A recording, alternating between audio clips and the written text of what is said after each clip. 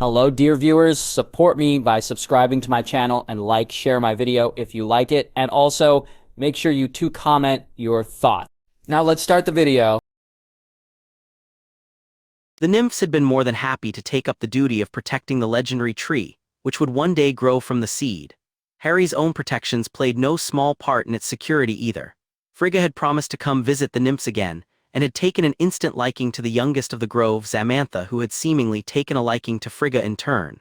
The royal family had been surprised at how easily Idun had given them the seed.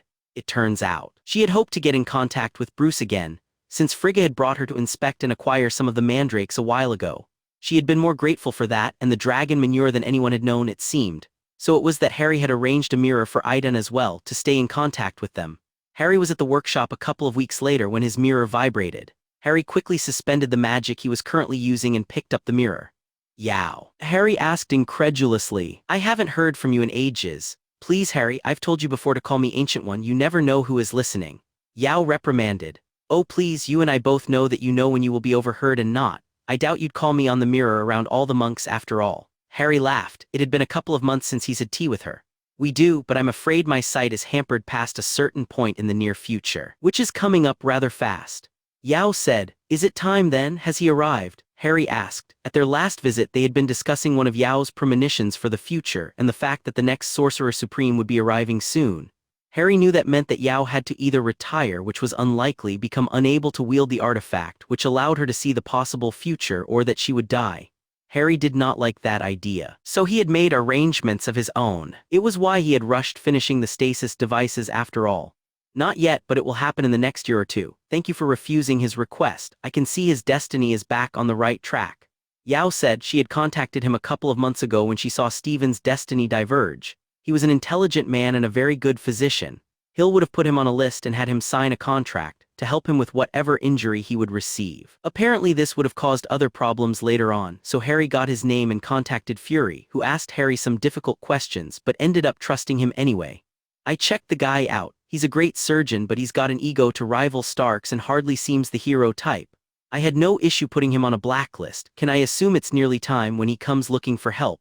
Harry asked. The man really was not a good guy. There were children he could help, but refused to because there was a large chance he'd not succeed. He was apparently more interested in keeping his success rate up than actually helping those only he'd be able to. If Harry was able to help all the people Stephen refused, he would have, but he had been assured that the time would come, but it was not yet that time. "He will be humbled, I assure you.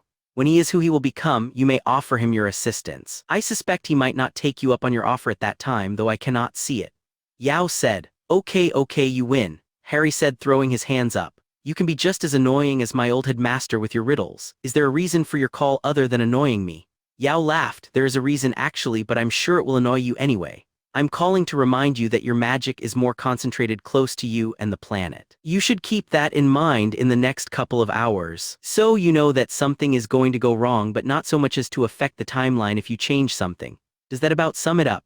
Harry asked with a frown. "Just about," Yow said with a smile. "Also, I'll see you for dinner. Please bring your fiancée. I would love to meet her." Harry was shocked. "Was I not supposed to keep you secret from her?" he asked. "Well, I do prefer that you keep the source of certain topics from people. I would not tell you to lie to your beloved." Yow said. Yeah, okay," Harry said. "I'm sure that will make sense later tonight." Yow liked to make him frustrated at her for no apparent reason, he believed. "Goodbye, Harry, see you later. Better get to your office," she hinted before closing the connection. Harry was mumbling about bad manners as he quickly put everything away that needed it and apparated to his office. Tony was on his side of the mirror, sitting back and having a drink with a satisfied smirk on his face. "Good timing," he said. "What's up?" Harry asked, acting like he had something else to do. "I finally cracked it," Tony exclaimed. "You got the inertial dampening to work?" Harry asked. Maybe this had something to do with the warning from Yow. "Yup, I'm fabricating the test unit now. The chassis was already done, so Jarvis is applying the rune schemes currently, and then I'm going to visit the moon for lunch." Tony enthused. Damn, Harry was now certain something would go wrong with the test, but didn't know how to go about warning Tony. "What's your backup plan?" Harry asked. Tony scoffed. "I don't need one. The simulations worked fine and the tests all came back perfectly." Harry cursed internally. Got a seat for one more then? I'd love to visit the moon, he asked. I don't see why not, Tony said with narrowed eyes. Why are you pushing this issue, Harry? Harry winced. Fine, he said, I can't tell you how or what. But I've got it on good authority something bad might happen with your test flight. Tony looked like his drink had turned sour in his mouth. And you can't tell me where this comes from. Harry shook his head. Is it contract protected info? Harry shook his head again. Are you protecting someone? Harry lifted his hand and angled it side to side. Maybe or kind of. Harry nodded. Oh, okay, fine. I'll run the simulations again with a passenger. It'll take an hour or so longer, but we should be able to leave in 2 hours. He said and pointed at Harry. Don't be late. No problem, let me just go tell Natasha. Harry said. Tony looked at him incredulously. What, did you think I'd do this without telling her? Harry cocked his head to the side and narrowed his eyes. Were you going to do this without telling Pepper? Tony at first looked incredulous, but at Harry's last statement he paled. Damn, okay, you go tell Nat and I'll go tell Pepper, if you tell her. She'll tell Pepper anyway, and I'd never hear the end of it. Let's just keep what I was planning to myself, okay? He asked. Got any space suits? Harry countered. We won't need. Tony started until he saw Harry's once again raised eyebrow. Yeah, sure. I've got something in storage you can use. I'll just have Jarvis give it the standard MI shielding. Then he left his office, slightly less enthused than he had been. Harry left his hidden floor and went to Natasha's hidden office where he knocked and waited. A minute later a door appeared and Harry entered it. Inside, there was the eerie sight of many people working monitoring their partners in the field. It had been decided that every one of Natasha's undercover agents would have 2 monitoring partners who worked 13-hour shifts. They took time at the beginning and end of their shift to fill the other in on what had happened while they were on duty. They had 2-way communication at all times, and the office partner could monitor around their field partner in full 360-degree vision. The cubicles where they sat were shielded from outside view by magic, but that just meant that nobody but Harry could see into them from the same floor. Many of their lips were moving, but Harry couldn't hear them fortunately. Harry noticed Natasha up in her office, which had a view into all the cubicles. She was obviously kept up to date on anything going on that she needed to know, but she also reported anything that would interest him to Fury. Harry went to her office and entered to find her holding a hand up to him. On baby, Harry heard from a monitor projected on the glass which he had not been able to see from outside. We can make a deal. You give me a bit of attention and I'll give you my contact. On the screen he could see a man dressed expensively, obviously flirting with an operative. Tell him that you can get him info on the shipment coming in from South Africa. Use the Greek for confirmation. Natasha said, we can have the 2 gangs go at each other while we replace their wares. How about I make you a deal that we'll both like better? A new voice asked, presumably the agent. I can give you a contact for a contact. I'm listening, the man said with a smile. My contact knows about a shipment coming in at some point from Cape Town. I don't know the details, but if you give me your guy's info, I'll do the same. You might just be able to stop one of your competitors from getting a foothold in America. The agent said, I wasn't aware that they were making a move. The man said, suddenly all business. How do I know this information is real? Speak to the Greek. He can confirm at least part of what I told you. The agent said. Natasha pressed a button to mute the agent's line as the man on the other side took out his phone. Natasha took a clip with a red tag on it and clipped it into a choker she wore. Then she picked up a remote and pressed a button and music started playing loudly in the background. The next moment the phone rang and Natasha answered it with a man's deep voice and an accent Harry knew she was applying herself. Yeah, who is this? I'm busy. Harry watched as the man with the agent asked something as he pressed his hand to his other ear to try and hear Natasha better. A strip club, what's it to you? Natasha asked, still with the magically modified voice and a smirk at Harry. The man said something again and Natasha answered, I don't tell you how to do your business. My information is good wherever I am. You don't like it, find another information broker. The man on the screen frowned but deflated and spoke again. I could confirm or deny that for you right now, but you know how this works. This kind of information isn't free, you know. The man in the screen seemed to control his temper before taking his phone from his ear and tapping a couple of buttons. A minute later he put the phone to his ear again and spoke. Natasha looked at something on her table as a message popped up. That's more like it, she exclaimed. Yeah, I heard that they were making a deal with a certain harbor master who'd rather keep their family safe than check the cargo before it left port. Apparently it has something to do with some fine product being moved. The man asked another question. Yeah, I know a lot, but not everything, if you want specifics. Speak to the new girl Dominique. She's got a contact in the right places if my information is good and you know it is. Natasha laughed. Now if you'll excuse me, I've suddenly discovered I got some money to burn and a couple of lap dances sounds just about right," she said before hanging up. She immediately stopped the music, unmuted the agent, and removed the clip from her collar. The man on the screen seemed to be trying to control his temper after the way he had just been treated. "If I knew where to find this Greek bastard, I'd send some of the boys to teach him proper respect." "If he was that easy to find, would you trust his information?" the agent asked. "I know he knows at least a few things about me that I'd rather not get out. That's why he gets paid." The man nodded begrudgingly. "At least he isn't too expensive and his information is always good." Then the man focused on the agent. "Okay, so what do you want for this contact and why shouldn't I just have my boys take it from your hide?" "Because I'm too useful to have around. You know where I come from. You had your people at the police pull my sheet." The agent said. "How do you know that?" the man asked, sitting upright. "I told you I have my contacts too and you know where I come from." The agent said again. "I want that contact. I'm trying to get back into business and don't want to take years before meeting the right people. I know you know the right people." The man seemed to think about it for a moment before nodding. "Fine. I'll get you a meeting, but he contacts you, not the other way around." "Okay, I'll give you the contact once I get the call," the agent said as she turned and walked to the door. "I need to know when these bastards are bringing the shipment," the man yelled out angrily. "Then I'd better get the call fast," the agent called back. A couple of minutes later, the agent was in a designated safe space and Natasha closed her connection and had her office partner take back over. "Hello, Harry," she said as she walked over to Harry and hugged him before giving him a kiss. "I don't see you here too often. Something going on I should know about?" she asked. "Yeah, you know I don't like hearing those voices coming from your mouth," Harry said. "As for what's going on, Tony and I are going to the moon later and then I'm taking you to meet one of my first friends in this reality this evening for dinner." Natasha thought only for a second before saying, "Are you taking precautions?" Harry nodded. "Then I'll see you this evening. Are you informing Fury or will this be a surprise?" "I was hoping to do that thing we discussed a while back first," Harry offered. "Moon base?" Natasha asked. "Yup," Harry smiled. "Okay then. Once you've been on the moon you could always just open a portal and drop a house or warehouse down there, so I suppose that could happen as early as next week then." She shrugged. "Just remember, we're the first people to have sex on the moon." "Yeah, okay," Harry said. Then he got a look and asked, "Do I want to know why you are selling information and what you do with the money you get for protection from selling said information?" "We also trade in information," Natasha assured him. "If I gave information for free, it would seem suspicious to these people. You want them to feel they earned it. As for where the money goes, it all goes back into the department. My people will always need the funds to buy information we can only get that way." Natasha shrugged. "Besides that lingerie," she smiled mischievously at him. "Oh, really?" he asked with a smile as he pulled into her. "Let's keep that in mind for later," Natasha said as she pushed him slightly away. "I've got some things to finish here. Have you figured out how to replicate the stuff we bring in without needing you there yet?" "Almost there," Harry confirmed. "I'll need to set up different enchantments for different situations and I'll need a bit more information about the products, but I should be able to get everything in place in the next month or so. In the meanwhile, I'll just have to continue doing it manually." Natasha nodded before something caught her eye. "Bring me a souvenir," she said over her shoulder as she rushed to the window and pointed at a cubicle.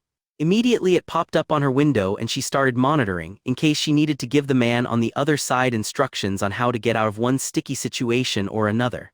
Harry left her to it and returned to his lab. When the time came, Harry apparated to Tony's office and they left together to where their transport and the suits were.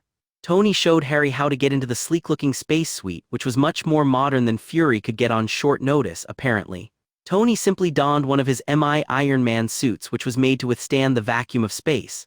"So where's this ship?" Harry asked, looking around Tony's garage. Tony smirked and walked to one of the more modern cars and opened the door vertically. "Are you coming? You modified one of your cars?" Harry asked incredulously. "I have a spare of this one in New York. I did make some modifications, had to actually."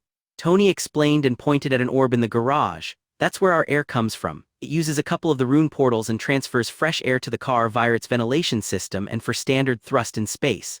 The engine runs on a new PMG technology designed for this car, which will allow for normal driving, even on the moon's surface." Harry was impressed at all the uses of previous tech they had designed. "Sounds good," he said. "Let's go then, just be ready to abandon the car should something go wrong." Tony did not look happy about that but nodded. Harry got in and sat down in the passenger seat. The car was as beautiful on the inside as it was on the outside. The modifications Tony had made incorporated everything so well, you could barely tell there were new additions. The buttons on the steering wheel, which normally controlled the functions like radio and answering your phone, were repurposed as the control panel for flight, with 1 or 2 new buttons thrown in. Ready? Tony asked. Got stealth up? Harry asked. Stealth? Tony asked. I was just going to fly to international waters and go up. Harry sighed and waved his hand. There, we're covered. You do realize that we haven't gotten stealth down with runes yet, right? Tony asked with a smirk. Can't you do stealth like S.H.I.E.L.D. did with the original helicarrier? Tony didn't respond. Okay, never mind, let's get this disaster over with. Harry mocked and sat back, buckling up. Why buckle up? Tony asked. That's the point of inertial dampening, you know. That's why I'm here, remember, Harry said with a raised eyebrow. Reluctantly, Tony also buckled up, which Harry thought looked funny for Iron Man to do. He'd have to take a picture of this moment sometime on his pensive tablet. Tony started the engine with a push of a button, and Harry noted how quiet it was before Tony pulled out of the garage. He accelerated faster and faster until they were just about to leave the property right through the gate, when Tony pressed a couple of buttons and suddenly they were airborne. Harry did not understand all the rules of physics, but he did understand what Tony had been working on when he talked about inertial dampening. The fact that it felt like they were standing still, while the world moved past them, was still damn impressive. Harry decided to pay close attention rather than discuss what they were doing. It did not stop Tony from whooping with glee when he realized everything was working as it should. A short while later, the sky started turning darker and Tony had to turn on another function that would stop the sun from frying them alive, since there was less atmosphere to absorb the sun's light. Harry had not really paid attention to the specifics. He knew Tony would teach him if he ever needed to learn to do this himself, which he would, and pretty soon too. Personally, he was planning a series of experiments to emulate everything Tony taught him, so that he could go down in history as the first human to walk on the moon barefoot. Perhaps he and Natasha could christen the moon in a whole different way. When the sky became completely black, Harry started noticing a change. Something was happening, but he couldn't tell exactly what it was. He looked around but couldn't spot anything. No cracks on the windows, no strange things outside the car trying to get in, so Harry ignored it for the moment. Hey, want to see something cool? Tony asked with a grin. Sure, Harry said, trying to go for nonchalance, but failing as even his enthusiasm couldn't be completely snuffed out by worry. Tony turned the wheel and the car started turning, like he was driving on a road. When the turn was complete, Harry looked at the earth in all its glory. They were not too far away yet, but far enough that he could see a lot of ocean and the whole of North America and some of Canada. Wow, was all he managed. Congratulations, Harry, you're the first wizard in space, Tony said with a smile. Harry frowned. Technically, yeah, I know you travel through space to go to all those other realms, but this is different. Tony interrupted. Have you ever seen a view like this? Do you know what an elite group of people we have just joined? He asked. Actually, we're the first of our kind in many regards. We're the first to arrange our own transport into space and basically design the technology for it. We're the first to do it without ballistics, and we're the first to do it in the comfort of a car. Tony enthused. Harry shook his head. You did most of the work on this, Tony. All of what you just mentioned was done by yourself. I'm just here for the ride. Tony shook his head again. You really are too modest. Where would I be if I hadn't met you? Would I have achieved everything I did if you hadn't given me the opportunity? You'd have eventually done more, I'm sure, Harry assured him. Weren't you planning on going to space at some point anyway? I was, but that was years off in the future and nowhere in the planning phase even. Tony denied. That doesn't even cover the distribution centers for which you came up with all of the ideas. Even if I ended up planning and solving the execution, Harry, without your ideas and input, we would not be where we are right now. Harry couldn't argue. He had come up with the ideas, but Tony really did do the hard work, so Harry didn't feel right taking so much credit. Let's just agree to disagree then, he said as he sat back. To the moon, my good man, and don't spare the horses. Tony laughed and turned on the sound system to some proper rock to mark the momentous occasion. Then he turned the car around and continued on their way to the moon. An hour later, they were fast approaching the moon, and Tony had started applying reverse thrust. How fast were we going that we reached the moon in just over an hour? Harry asked. He could have sworn it should have taken many hours. We were probably going just a bit faster than 300 times the speed of sound. Tony said offhandedly. From the Earth to the moon in an hour should require a speed just over 311 times the speed of sound. I believe we just beat the fastest recorded speed for a man-made spacecraft. He said by more than 200%, sir. Jarvis spoke up from the sound system. Jarvis? Harry asked. I didn't know Tony brought you. Of course I did. If Jarvis wasn't here to record everything for posterity, who would? Tony joked. I have been taking very close note of everything said in the car and it will be recorded for future generations. Jarvis confirmed. Oh, so everyone in the future will be listening to this conversation and it will be considered a historic event? Harry asked. Indeed, Jarvis confirmed. My fiancée Natasha is the most beautiful woman on the planet and I am a lucky man to have her in my life. Harry said with a smile. He watched with satisfaction as Tony had to catch himself from complaining that he hadn't thought of it first. Tony cleared his throat and said, and just for the record, my girlfriend is super hot and multiple times as smart as the average person. He said lamely, you do realize Jarvis will cut out things we don't want on record that aren't of importance, right? Harry said that doesn't stop him from playing the unedited one to the girls first. Tony groused. Harry laughed and patted Tony on the back. Next time we do something historic, you let me do my shout-out first, okay? Tony said / pleaded. Sure thing. Harry said with a nod, as long as you don't need me to remind you, he added. Tony nodded as well and focused on the job at hand. The moon was getting closer at an alarming rate. He slowed them down more quickly and Harry grunted. What? Tony asked as he looked next to him. Harry had suddenly gotten slightly paler. I think I know what the warning was about. Harry said, there isn't a lot of magic in space it seems. The runes, which were all powered by the reactor that uses my magic, seem to be drawing the required power from me now. Since there's not a lot of other magic around. Tony paled as well. Do I need to activate my emergency port key? He asked. The amount of power they were talking about was quite large. He did not want to threaten his friend's life. I'll be fine, Harry said easily. It just came as a surprise. Okay, good, Tony said as he changed course to bypass the moon and lay off the reverse a little anyway. He could immediately tell Harry was doing better as his color returned.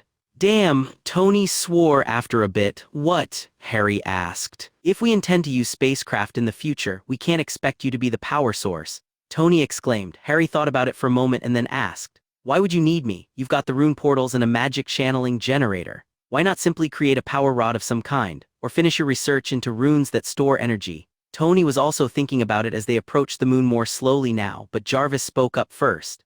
Actually, Harry, I already finished those. I've been working on storing excesses of magical energy for a couple of months now.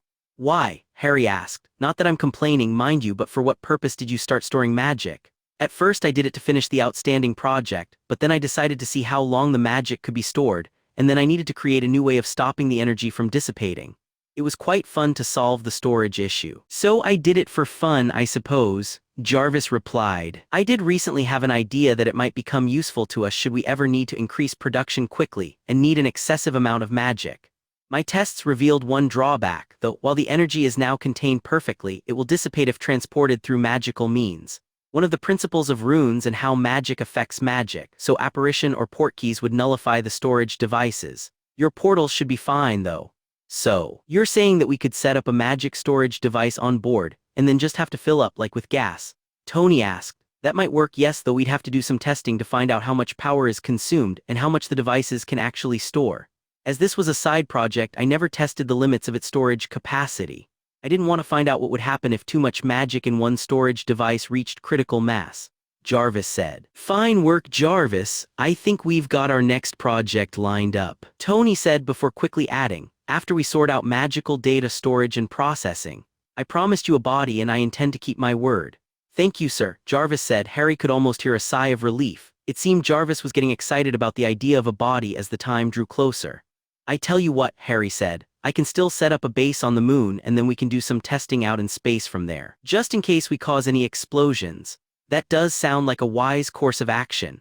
Jarvis confirmed. Just one problem, Tony said. What's that? Harry asked. We need more adamantite. Tony said, one way or another we'll need to conduct the magic safely, so we'll either need to use what you have or make more. Or I can go to the dwarves, Harry offered. He had been meaning to get in contact with them at some point. He had only traveled to the planet a couple of times, but never to meet the natives. They are supposed to be masters at all kinds of metalcraft and have forgotten more about metal than any other race has learned. Then he got a gleam in his eyes. Apparently they were the ones who made Mjolnir. I really want to know how they did that. Apparently it was forged in the heart of a dying star. Good to know we have another option, but unless you have access to them now, I'd suggest we look into production anyway, Tony suggested. If we can figure it out. We may even have an indestructible metal to play with in the near future. Harry chuckled, having been successfully distracted. I can see it now, the indestructible Iron Man. He mocked with a deep voice. You laugh, I actually think it's a great idea. Tony said, "Hold on, I need to concentrate, we're about to land." Tony had been controlling the descent like he was a trained pilot, and they were approaching the surface of the moon at a very modest pace. Tony slowed them further to a crawl, and after turning the car so they had a proper view of the Earth, landed. "We have touchdown," Tony exclaimed happily. "Was that the next historical moment?" Harry asked, lifting an eyebrow. Tony just smiled and nodded. "Okay, so what do we do now? I suppose we could go look for the original landing spot of Apollo 11. Tony offered. "And then what?" Harry asked. "Steal the flag," Tony suggested. "Okay. But after that, I want to go scout out some real estate," Harry said with a smile and a shake of his head. Tony smirked and they lifted up again.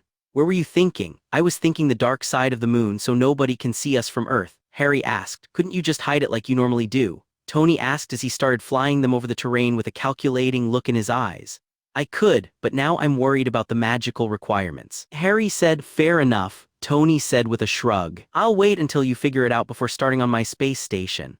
"Space station?" Harry asked. "You didn't think I'd let you have your own moon base and not do something cool too?" Tony asked. "Actually, I thought we'd have a moon base." Harry said. "Okay, then we can have a space station too." Tony replied. "We'll make one a secret and use the other for publicity and public research." "Why though?" Harry asked. "Don't you see?" Tony asked excitedly. "We are approaching the time when we start healing people from previously incurable afflictions.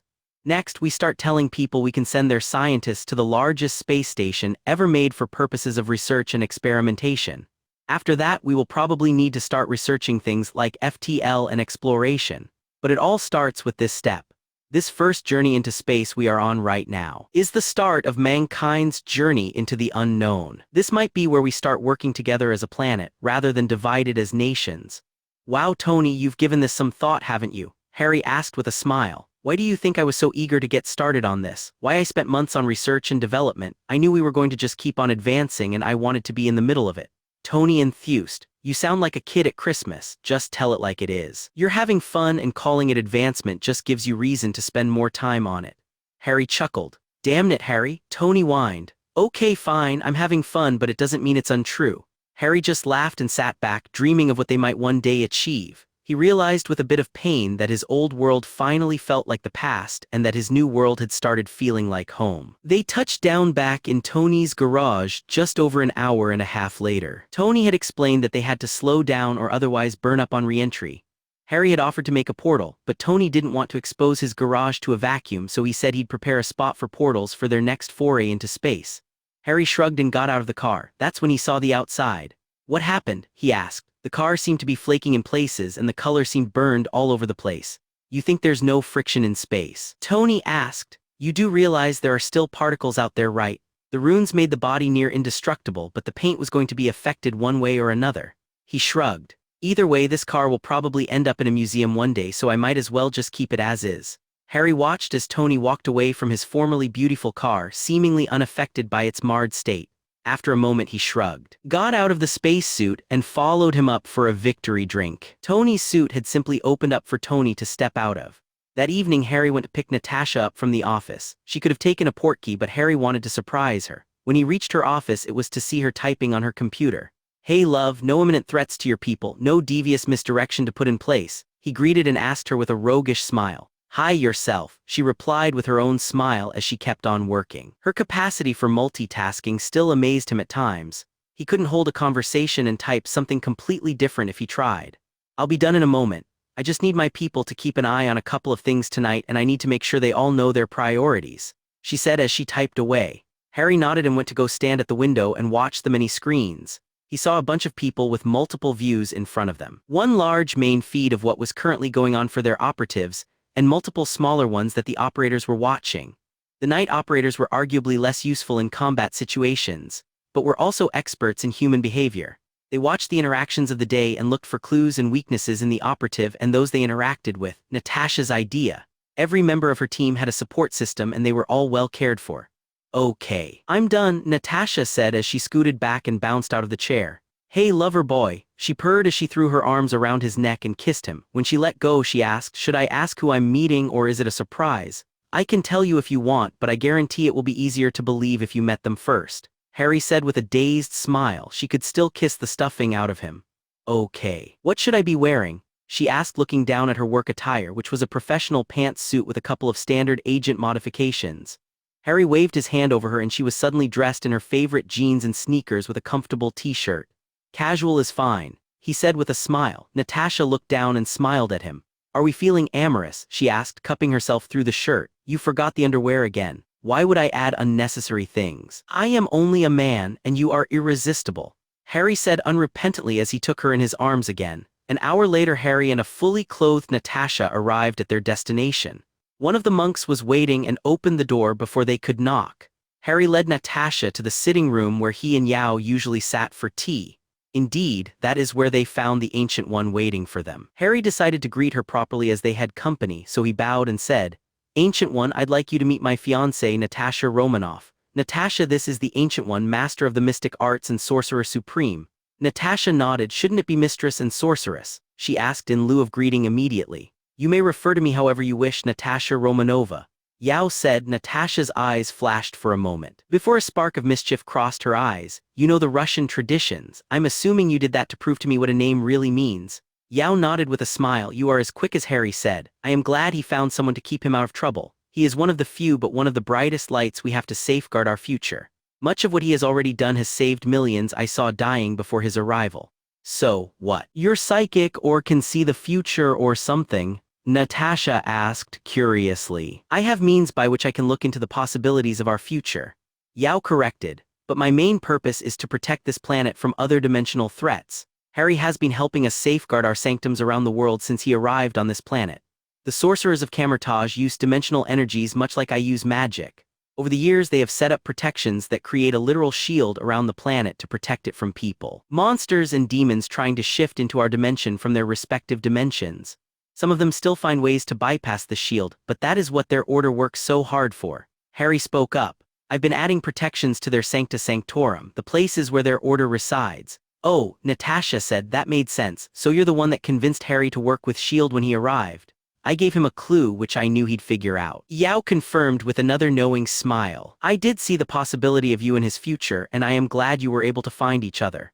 Natasha looked her in the eye. Where would we be now if Harry had decided to hide from us? She challenged. Yao's smile faded slightly. You'd both still be alive, but millions more would be dead, and the possibility of us losing millions, billions more to external dangers in the next couple of years would be exponentially increased.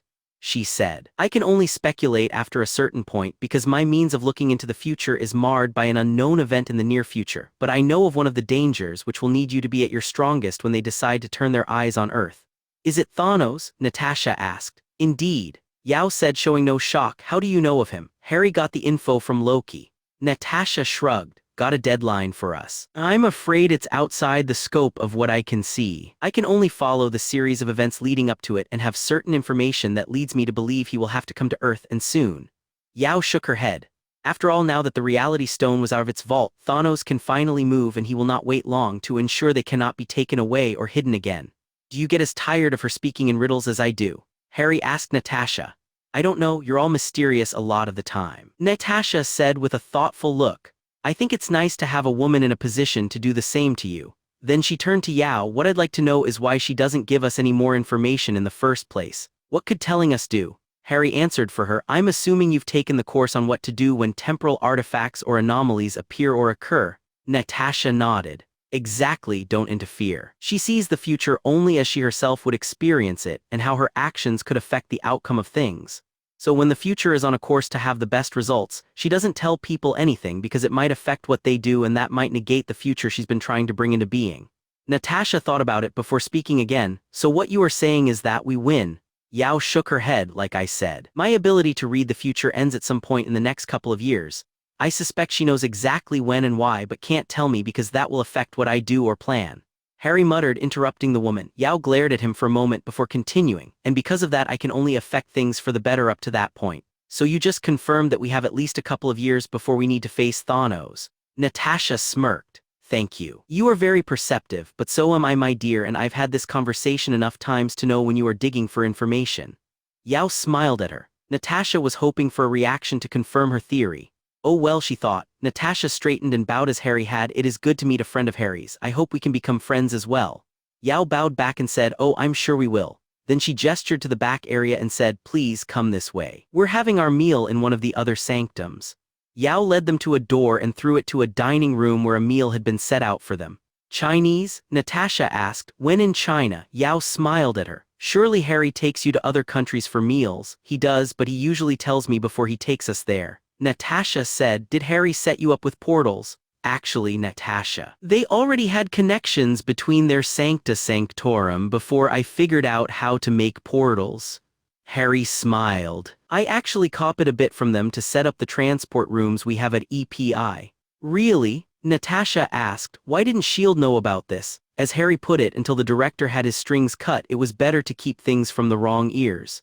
Yao said as she sat down and started helping herself. Imagine Hydra got their hands on sorcery. Natasha actually shuddered. Good point. The conversation turned to lighter subjects after that, and Natasha soon found that she liked the gentle but strong woman before her. She had a certain timelessness about her. While her mannerisms seemed old-fashioned and patient, she was honest and had a youthful wit and seemed to know Harry well enough to make him laugh on occasion. All in all, Natasha enjoyed meeting her, and while she brought up a couple more questions that were sadly deflected, she at least understood there were reasons for them. Before they left, Yao smiled and hugged Natasha. Have fun tonight, but don't be too demanding. He knows what he's doing, so don't push. He'll give you access, but only if you can prove you understand. Natasha didn't know how to reply to that. Harry was shaking his head in a knowing manner. You giving her warnings, Ancient One. I'm giving advice, she replied. Natasha will know what it means by the end of the day. Harry smirked and apparated them to their bedroom on the island. When they appeared, Natasha asked, so why did you take so long to introduce me to her? I could tell you speak to her often, with how she asked you about the space trip. You'd be surprised with how little I ever need to tell her. She asked questions because she knew you didn't know the answers and would like to know. The way I understand it, she spends a lot of time looking forward in time and having conversations that would or might affect the future. She's actually afraid of making a mistake and affecting the future negatively. So everything she says is perfectly calibrated. She probably had that conversation with us a couple of times, so she knew what would be said. Harry explained, as for why it took so long to tell you, I honestly thought she didn't want me to tell people about the secret order of time-traveling monks. Makes sense. Natasha said after absorbing all that. Do they actually travel through time? The way I understand it, they could, but it is very rarely done. Time travel has, Harry shuddered, very scary possibilities and dangers. Natasha looked at him, having noticed his look and shudder. Can you travel through time? Go ahead. And tell her. Another Harry said from across the room where he and another Natasha suddenly appeared. She was smiling madly with a gleam in her eye that promised a long night for Harry. Damn it me, the original Harry said as his temper rose. Why did I go and do that? Don't ask me, I blame the guy before me. The other Harry said also angrily. Just like you'll blame me. Yeah, I will. Did you at least? He started. Yes, I did. The other Harry said, tossing the original Harry a time turner. 2 turns, get ice cream and tell the third-year story. You weren't in New Atlantis tonight. Okay, fine, Harry said. Natasha made to object to Harry just going with it, but Harry shook his head and indicated for her to stay quiet. He put the amulet over his head and pulled Natasha into a hug before throwing it over her and turning the hourglass over twice. 2 hours earlier. Okay, what the hell just happened? Natasha asked. You asked about time travel and apparently I took you back 2 hours to show you how it works. Harry explained. But that was you telling yourself that you went back and told yourself to go back. Natasha seemed to be stuck trying to figure it out. Then it clicked. You are starting a cycle right now, aren't you? You got that much quicker than I did, Harry said with a smile as he took her hand in his and led her to the bar so he could follow his own advice. We're currently having dinner with the Ancient One, so we should be safe in New Atlantis. But you said you weren't in New Atlantis. Natasha said. Protocol, Harry explained. At Natasha's raised eyebrow he explained, the only other person that knows about the time turner is Phil. He suggested I always mention something only I could know, should I ever run into myself or speak to myself, and to always have proof. Harry held up the time turner, proof. Harry walked into the bar and started turning out some ice cream for them. He liked to change things up some, so he tended to transfigure things like sprinkles or other toppings. He decided to go for a strawberry-flavored ice cream on a sugar cone with fudge sprinkles and made strawberry frozen yogurt for Natasha. Then they went for a walk and watched the sunset. Harry told her the full story of the 3rd year and how they rescued Sirius. By the time he was done explaining everything again, but with the new aspects, it was already dark and they were laying in the hammock. So you were suddenly able to perform more advanced magic because you had seen yourself capable of doing it. Natasha asked. That's a bit like a chicken and egg conundrum, isn't it? Pretty much, Harry said, exactly like what we're going to do to ourselves in about 20 minutes. Oh yes, Natasha said with a smile, while looking at the stars. What happens if I decide to do something different from last time? I'd suggest you don't. Harry warned, I'm no expert, but I'm told if I change the past, I could create paradoxes that creates different timelines or simply unravel the space-time continuum and destroy the solar system. Natasha's smile faded. That's a lot of power to have. She looked at him. What do you use it for if you can't change anything? Harry shrugged. I usually use it to get more sleep or give myself more time to work on projects. I have 10 workshops, all in different locations, all identical. Sometimes I'm in all of them at once while I work on projects. That is a useful tool then. Natasha nodded. Could you hypothetically make me one? Harry shook his head. I could, but could you promise me that you would use it responsibly, that you wouldn't be tempted to alter events? Asked, if someone you cared for died in an accident, would you not go back and try to save them? Natasha thought about it. If Harry died, she'd definitely go back to save him. I see what you mean. She relented. How did you not use it to save your friends to stop Voldemort? Honestly, I probably would have if I had a time turner back then. I only picked this one up many years later, and it can only go back as far as 1 day of elapsed time or time. If you try to go back another day, the magic fails, Harry explained. So you can only go back a day, and then once that day has passed you can go back again. Natasha asked, and he nodded. How much time have you spent in there since you set up the other workshops? Natasha asked. It was actually a recent addition. I was working on something and needed more time, and then I needed more and then more. I ended up creating the other workshops and have only used it to its full capacity a couple of times. Harry defended himself. You didn't answer the question. Natasha said with a scowl. His reaction made her worry that he was abusing it. Harry sighed. Probably about 2 months. Since when? Natasha asked dangerously. Harry closed his eyes in defeat. 2 weeks ago. Natasha was quiet and Harry looked up to see her contemplating. Then she looked at him and asked, Are you going to show me what you've been working on? Of course, Harry assured her quickly. But we must really be getting into position for when we arrive back home, he said. Natasha nodded and they got up and walked into the house. Harry quickly popped away to go fetch the time turner he'd have to give himself, and then asked Natasha to stand in the corner with him before he turned them invisible. A minute later Harry and Natasha appeared and they listened to the conversation until Natasha asked Harry if he could travel through time.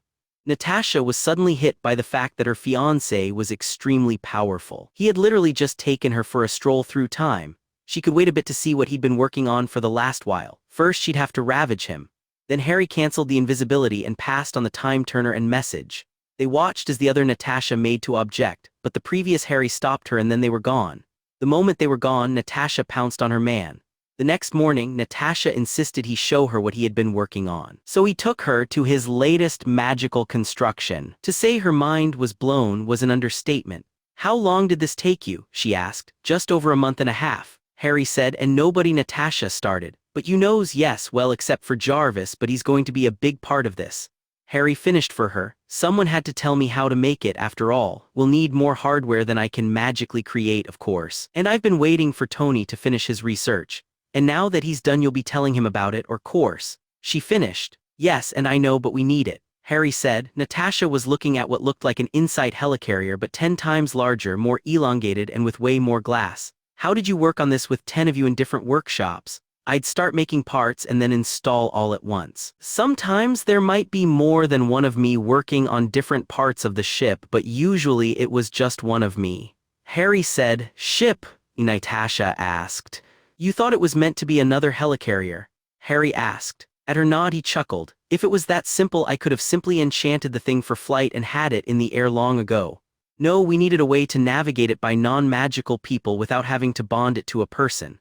I might do something like a bond to secure it, like a key, and possibly the observation stations, but beyond that, no. I won't risk someone being compromised and then having this weapon in the wrong hands.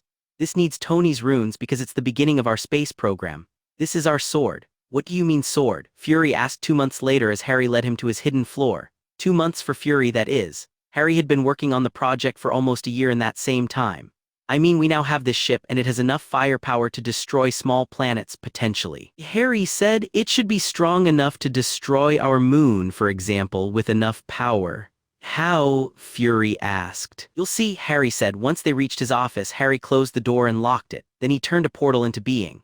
After you, he said, indicating the opening. Fury hesitated, but only for a second before stepping through. On the other side, he stopped and looked around at the control room. There were no people and only a few monitors were on, but Fury couldn't make out what the room's purpose was. Harry joined him and smiled. What am I supposed to be seeing? Is this your idea of mission command? Fury asked. I thought you were going to show me a spaceship. When will you be launching? Harry's smile grew larger. Follow me, he said and led Fury to a door which opened for them.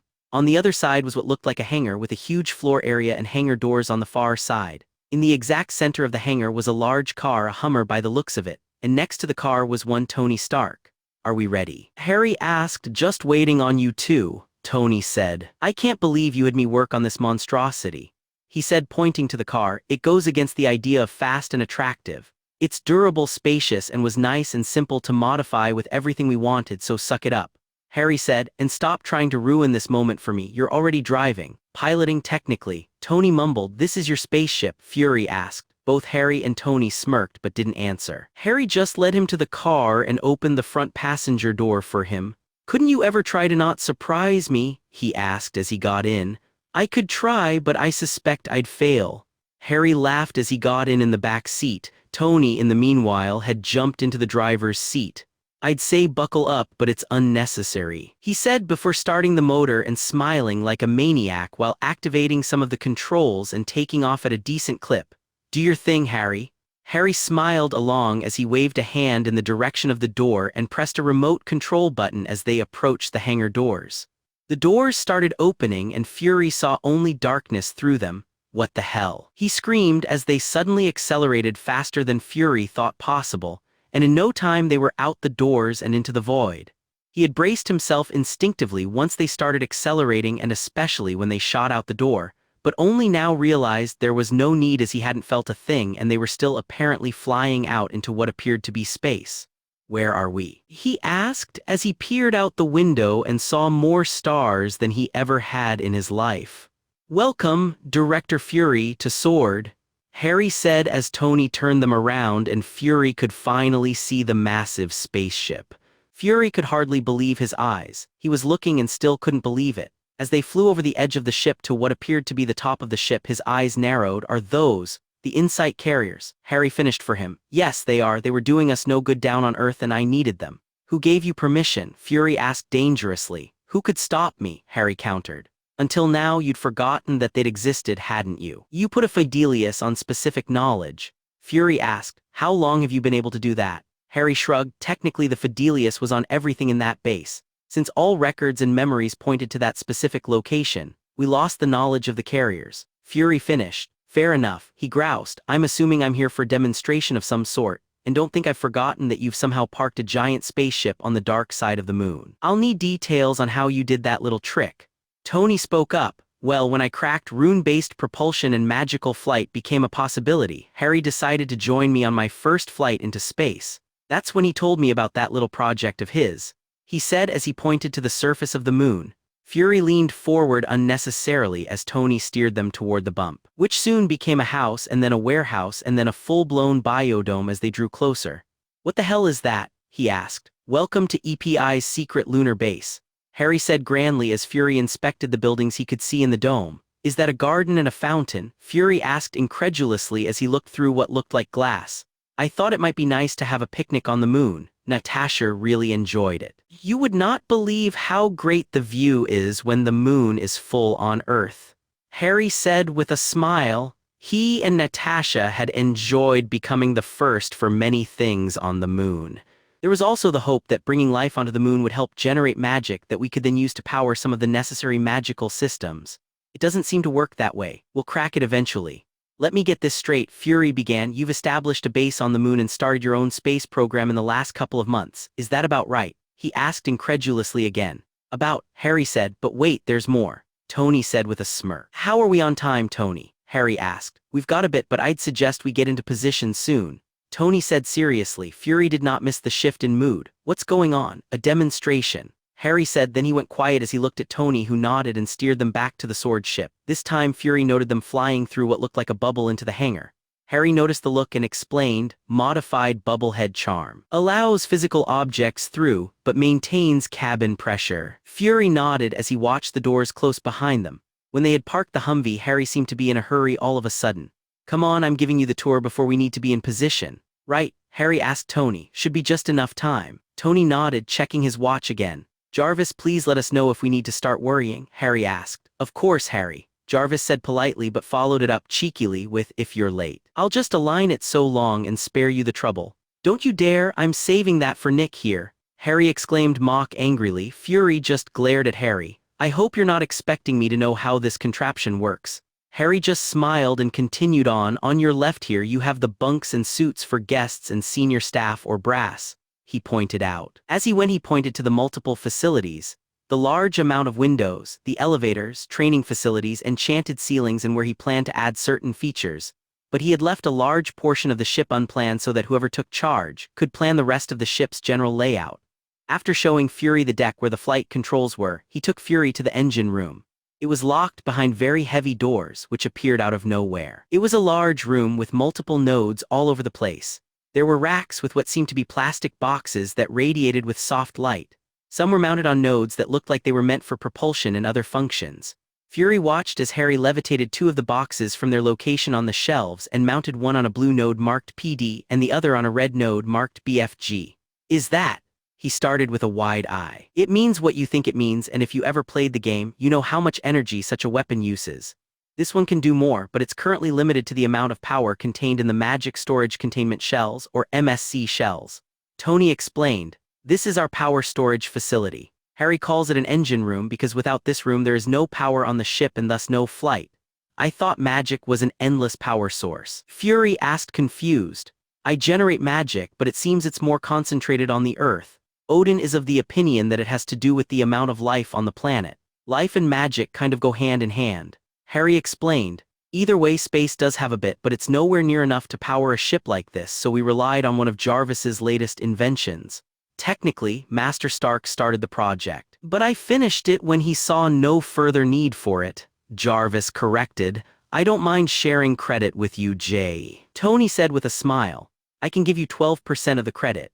By my calculations you deserve 24.26% of the credit, after I had to design the storage devices and modify the rune schemes to properly contain and measure the amounts of energy stored in the MSC shells, sir," Jarvis replied. He did not sound smug in the slightest. Tony gaped but then smiled. "I trust your calculations."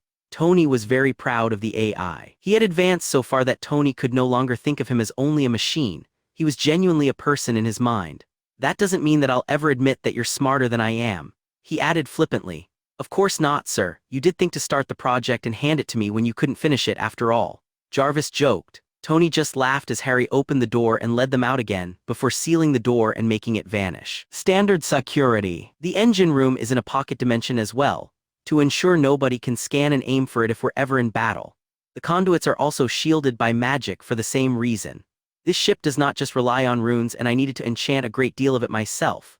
Fortunately, enchanting embeds the magic in the structure of an object, and it would take many years for those enchantments to simply stop working due to lack of exposure to a magical environment. "How many years?" Fury asked. "Hundreds," Harry said simply. Harry continued leading them and soon they arrived at one of the weapons array rooms. It was in the heart of one of the stolen insight carriers, as that was where the weapons arrays for that carrier was connected.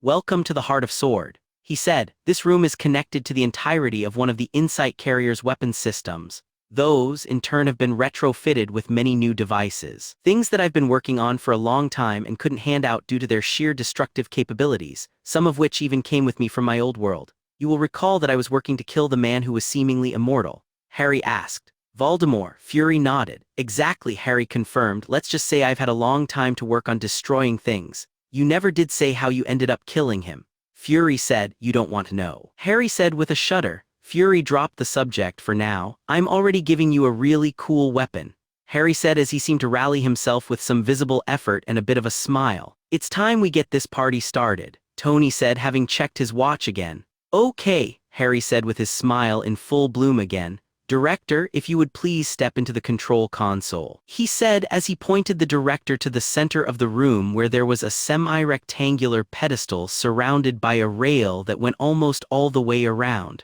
"Harry, I don't think," Fury started. "Scared?" Harry interrupted. "Don't worry, I'll be walking you through it." Fury glared at Harry but didn't back down and walked confidently onto the pedestal. When he was standing in the center, he felt it. There was a tingling feeling as an image started appearing around Fury. When the image had finished taking shape, Fury was looking at the outside of the ship like he was standing on its hull, but when he looked down he saw he was only outside the ship from the torso up, where the rectangular shape of the insight carrier around him matched the railing perfectly, so he walked forward and placed his hands on the railing to look around. He felt like a giant, having seen how big the ship was.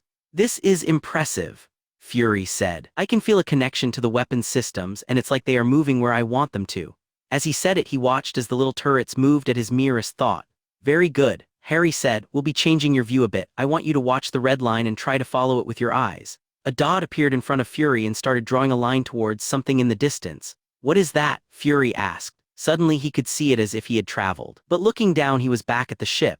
He focused on the line and was at the object again. "A potential threat to our moon base," Harry said. "It's an asteroid. It is going to hit the moon a little too close to our base, and I don't want to risk damaging it. If it was heading to Earth, it wouldn't be an issue as there's too much atmosphere and it would have burned up during entry." Tony said, "But the lunar facility is not protected that way. Fortunately, we have you." "Me?" Fury asked. "You." Harry confirmed with another smile. "Remember the BFG?" Fury's face broke out in a demonic smile. "Oh, I like where this is going. I thought you might," Harry said. "I designed the BFG to shoot a beam which I got the idea from Odin's spear Gungnir, but somehow it turned out wrong. When Tony saw it though, he saw the potential. Focus on the asteroid and will the cannons you were playing with to align with it. The red dot you followed is part of the targeting array." Tony said. "You'll find out soon enough how the BFG works." Fury followed their instructions and soon the red dot turned orange and then slowly started turning green. The moment it turned completely green, Fury tried to will it to fire, but he heard a classic error buzzer.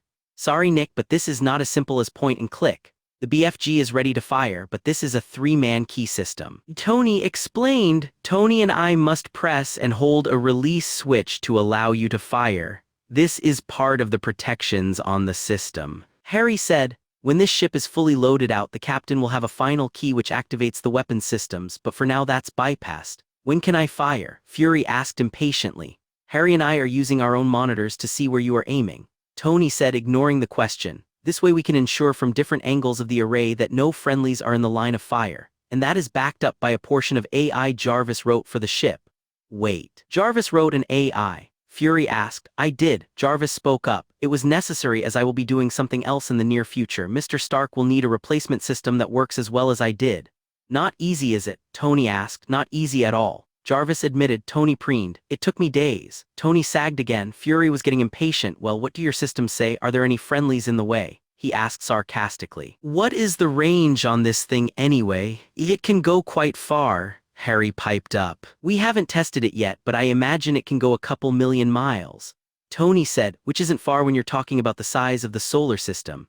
Harry said, "We could probably go as far as halfway to Mars. Just about, though it would take a while to travel that far one way or the other. Any advanced race would have systems to protect from such long-range attacks." Tony said, "Okay, target is entering the perfect firing range. Everybody ready?" he asked. "Ready," Harry said. "Ready," Fury copied. "Okay, then fire in 3, 2. Tony and Harry pressed their buttons and watched as Fury smiled and fired the weapon. Fury felt the weapons recoil and looked down to see 4 of the 8 identical cannons had fired simultaneously. What they had fired looked like balls of green plasma. Fury watched as they moved closer and closer above his head, until they seemed to combine, and then they shot forward incredibly fast. He saw the impact on the asteroid, a flash of green and then nothing. The asteroid was gone, with not a particle of it visible to Fury's eyes. The only evidence of the asteroid was the faint green glow where it was struck, and that too soon dissipated. "That was cool," Fury said. "I want one." Tony and Harry looked at each other and broke out into laughter. "What?" Fury asked. "We expected your reaction." Harry chuckled. "Fortunately, you've had your taste and can now start planning to man this ship. Aren't you going to be manning it with your people?" Fury asked as he walked off the pedestal. Every time Harry started something new, he decided who to put on the project. "Fury, you are my people. EPI is the biggest thing I've done and you are at its head. I put you there for a reason. You're good at what you do." Harry said, "I suggest you put someone else in charge here though, someone with actual space experience," he hinted. But Fury started looking between Harry and the console before seemingly deflating. "I suppose you're right," he accepted before looking up sharply, "but I still want one." "We'll have to think about it," Tony said. "Like I said, with enough power that weapon can blow up the moon, we'd rather not make too many of them." As it is, the only reason I will allow it on the ship is because there are multiple failsafes which will not allow the guns to be pointed toward Earth or the moon. This is a defensive weapon only. Harry said, "Why not call it a shield then?" Fury asked. Harry smirked. "Do you remember the blue power injector with the letters PD?" Fury nodded, having wondered about it, but his attention had landed fully on the big effing gun.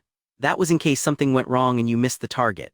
There was a second shot available, but just in case you missed that one too, we powered up the Phantom drive. Tony said, "That was my idea, by the way, complete insubstantiality." The asteroid was on a collision course with the ship. "After all, what does that mean?" Fury asked, not liking what it sounded like. "I showed him a trick Odin taught me, making things insubstantial, and he had me layer an enchantment on the ship using some the rune-induced field generators he installed. It still requires a lot of power to work, but it doesn't take me years to enchant the entire ship, at least. He would have had the asteroid pass through the ship, and I would have apparated to the moon to protect the base as best as I could." Harry said with a shrug, "Though I doubted it would be necessary. I had faith in you. I told him to power it just in case. This ship is too valuable to lose just because Harry wanted to give you a demonstration."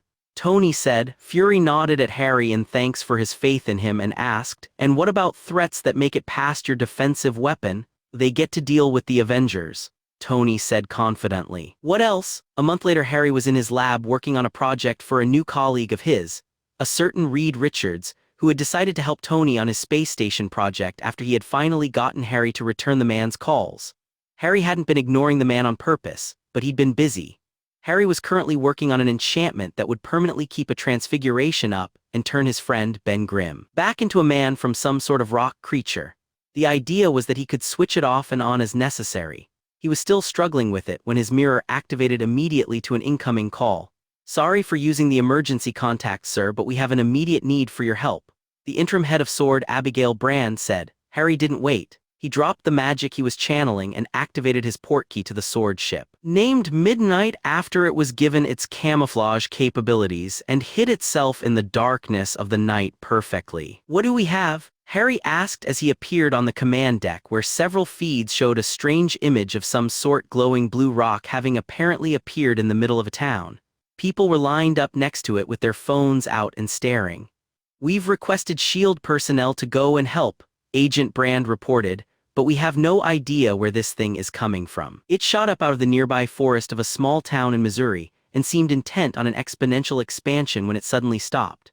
"We have unconfirmed reports of people being crushed by whatever it is. What timeline are we talking about? Should it start again?"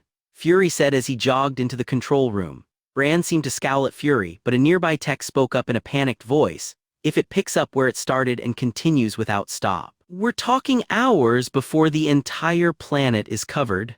I'm going to go see what I can find out," Harry said and activated his armor before disappearing. He did not wait for any response. When he arrived at the scene, he flew out over the growth and focused his magic on finding the source. It was not easy, but a couple of minutes later he found what felt like an antenna of some kind, and there was a faint connection going somewhere out into the universe.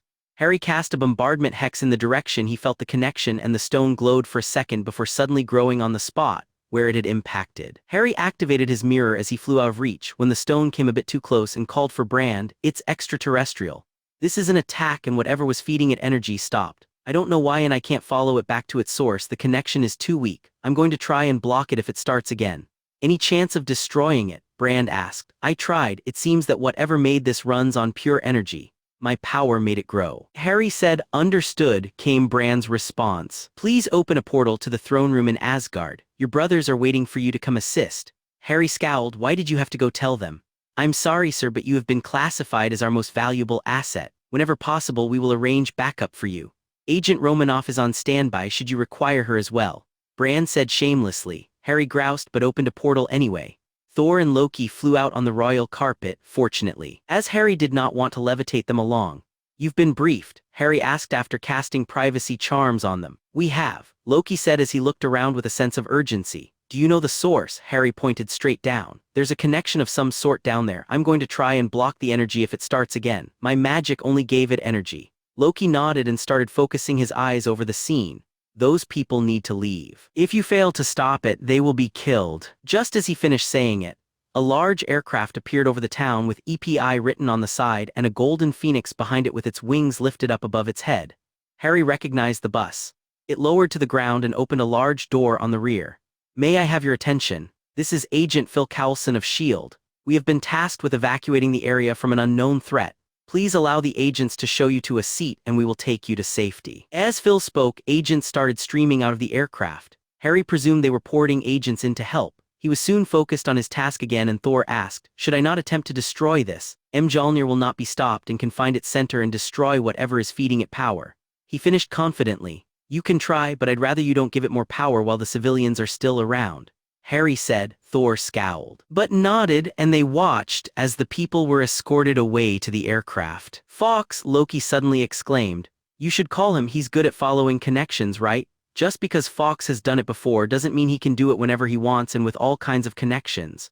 Harry said. As expected, Fox appeared and landed on his shoulder. "But I suppose I can ask anyway," Harry said as he looked at Fox. No words were said, but the phoenix was nodding and shaking its head anyway. Then Fox looked straight down and up before flaming away.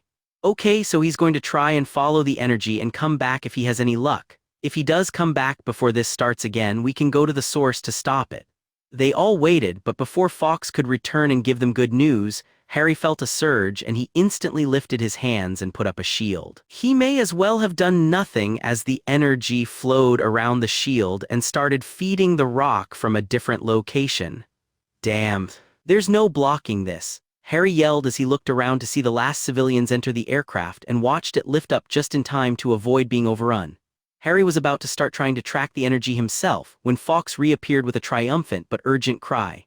Harry grabbed its tail feathers and was dragged off. When he reappeared, he was underground in the most fantastic cave he had ever seen. "Doesn't need to be like this, Peter," Harry heard, and he looked around to see a man who was slowly being formed right before his eyes. Before him was another man tethered down by the same energy that was attacking Earth. "Why are you destroying our chance?" he demanded. To Harry he sounded like the bad guy, and Fox confirmed his thought. Fox had followed the power and its intent to the man on the floor, but it was being directed by the other man who was monologuing. "Every time." Harry smirked as he opened a portal for his brothers to follow him. They were through almost instantly. "That's our big bad," he said, pointing at the older man. Thor was instantly off and started bashing at the startled man. "Asgardian?" he asked as part of his skull was destroyed, but he just stood there. "Why are you here? I have no quarrel with your people. You're attacking Midgard," Thor said with a scowl. "Earth is under my protection." Then he smashed the construct to pieces. Harry, in the meanwhile, summoned the man on the floor to him, and Loki severed the links that were running into him with a couple of swipes from his daggers. "Are you all right?" Harry asked. "Who are you?" Peter asked. "I'm Ghost from Earth. I'm here to help." Harry said. "You're from Earth too?" Peter asked. "We can chat later." Loki interrupted. "How do we stop this man if he doesn't have a real body? Rocket and Groot are taking care of it," Peter said as he pulled himself together. His eyes were suddenly on the old man as he started reconstructing again, and Thor kept on bashing the tendrils sent his way apart. "We just have to keep him busy," he said as he took a step towards the reconstructing old man, and Harry felt him pull power to himself from everywhere in the cave. It felt a lot like magic, but he could also tell it was not. It was more like condensed energy of some specific sort. Harry just couldn't put his finger on it. As Peter took control of as much power as he could, he freed his friends, who he could suddenly feel being held by Ego. "Help my friends to the ship and I'll keep Ego busy." Harry watched as Peter shot off using the power he had taken hold of. "Okay." He shrugged and started walking to a blue man with a fin on his head, while Loki ran off to go help his brother, who seemed to be struggling with the ever-increasing onslaught of tentacles, some of which had started holding on to him. As Harry walked, tendrils of energy came at him as well, but he simply vanished them. Sure, he might be feeding the tendrils with power, but they could hardly hurt him if they were gone. He reached the blue man and offered him a hand up, which he took. "Hello, Peter is apparently keeping Ego busy while we help you escape. Keep your help, I'm here to help the boy," the blue man said. Harry simply shrugged and turned invisible. He'd prefer to stick around anyway. No chance would he allow that connection to be formed again. So until he saw their plan in action, he was Peter's bodyguard. He followed them up as they flew to the roof of the cave and all over the show. It didn't seem like either of them were taking any lasting damage, so Harry watched and scanned the energies they were using to see what the difference was. He finally had a breakthrough after watching some constructs they had created crash together, and they fell to the floor. Suddenly Ego's attitude changed as he lunged off to the side trying to escape. Harry watched in fascination as Peter kept him busy and Ego's urgency just increased. He He had watched as Thor and Loki flew up after some kind of raccoon creature earlier, so he knew that they would be safe from whatever was about to happen. He stayed just in case, still invisible and quiet. "You are a god. If you kill me, you'll be just like everybody else," Ego said. "Trying one last thing." "What's so wrong with that?" Peter asked with grim determination. "No," Ego exclaimed just before an explosion lit up the center of the cave and a big chunk of suspended stone and metal was ripped apart. Harry turned back to Peter to see Ego dissolving into dust. Peter watched his hands as the last of the energy left him. Then he looked around at the planet coming apart around him. Harry was just about to reveal himself when the blue man flew by and grabbed Peter up. He smirked. These people were full of surprises. He flew up next to the pair as the blue man directed them out of a crevice and into the sky. Harry listened to their touching moment and learned the blue man's name was Yondu. They had just exited the atmosphere and Harry cast his modified bubblehead charm to keep himself, and incidentally Yondu, alive. Yondu didn't know that though, and apparently he was holding his breath. Harry smirked and just followed them along. While Peter started trying to argue with Yondu about his heroic sacrifice, Harry watched until Yondu was about to pass out and spoke up while becoming visible. "You do realize there's air, right?" Yondu's eyes popped open and he looked at the man who had helped him up earlier. Suddenly he took a deep breath before he swore at the unknown man. "Why the hell didn't you tell me sooner?" "You were having a moment," Harry said with a smile, struggling to contain his humor. "I thought I was going to die. A man should be allowed to say some things when he's about to die," Yondu argued. Peter was smiling at him. "Now don't let any of that go to your head, boy. You're still the scared kid I picked up from that backwards planet," he said disgustedly. Peter just smiled and nodded at him before looking away. Harry directed his bubble towards the approaching ship as it seemed Yondu's rocket pack had run out of power. Harry took them to the front of the ship where he could look through a window at a strange man sitting by the controls. Then he apparated them onto the bridge. The crack had the man jump out of his seat and stumble to the ground before he could pull his gun and point it at them. Yondu and Peter were still winded from the apparition, so they said nothing. Harry just smiled and waved at the man. "Hi," he said, "my name is Ghost. I'm from Earth." The man on the ground nodded dumbly before getting up and saying, "Kraglin." Just then Thor and Loki walked onto the bridge, followed by a couple of people Harry hadn't met yet. "It is good to see you are safe, Harry," Thor said with a smile. Loki just shook his head. "Don't you mean Ghost?" Thor's eyes widened before saying, "That's what I said." "Nobody here said Harry. I said Ghost." "I am Groot," the little tree creature said. The raccoon laughed and answered, "I also heard him call the guy Harry." Harry just shook his head before looking around and shrugging before removing his hood and mask. "Probably doesn't matter. Who are they going to tell? Better yet, who would believe them?" Loki smirked. "Good point," Harry said. "Okay, so who wants to explain what just happened?" he asked before getting a thoughtful look on his face. "Better yet, who wants a drink? I could use a drink after all that excitement." As he said it, he opened a portal to the island. Ignoring the sounds of shock from the people around him, he walked through, followed by Thor and Loki. Harry left the portal open as Loki turned around and spoke to them. "He will return you to the ship. He'd just like to talk to you in an informal environment." Then Loki turned around and went to the bar where he could see Harry pouring drinks for him and Thor already. The occupants of the room seemed hesitant, until Rocket with Groot in his arms shrugged and walked through. Nebula, seeing their hesitation, smirked and walked through to hide her own nerves at the powerful unknown, but wanting to see what he could offer. After that, Gamora and Peter went through, followed by Drax and Mantis, then Yondu and finally Kraglin. Once everyone was through, Harry closed the portal and he spread his arms. "Welcome to New Atlantis." Then he turned to the portal on the other side of the bar where Fury walked through with Brand. He had called them for the debriefing. "These are the heads of S.H.I.E.L.D. and SWORD, Earth's strongest defensive forces. They would like to sit in and hear what happened." "I'd like to ask a couple of questions too," Brand said with Fury nodding along. Both of their departments were involved after all. "Okay, but sit down, and Brand, you know the rules about weapons here," Harry said as he summoned her handgun and opened a smaller portal to place it on her desk. When most of the newcomers looked up, he said, "You're exempt because I invited you, but my island is usually a no-weapon zone. Please keep it in mind for the future." Drax was looking at the dragon, who was in the spring once again. "I'm assuming we must kill our prey by hand then." "No killing. This island is a sanctuary for magical creatures. I can arrange anything you need here, just ask for it," Harry said. "I'll take Thanos' head on a plate then," Nebula stated. Harry smirked and snapped his fingers. A moment later, a maid appeared with a covered dish. She placed it in front of Nebula and uncovered the freshly severed head of Thanos. Nebula jumped from her chair along with Gamora. "Peter and Loki, relax people," Harry said. "This island is my home. I use magic and the island supplies what I want. That is a construct much like what Ego used, except mine isn't just hard light.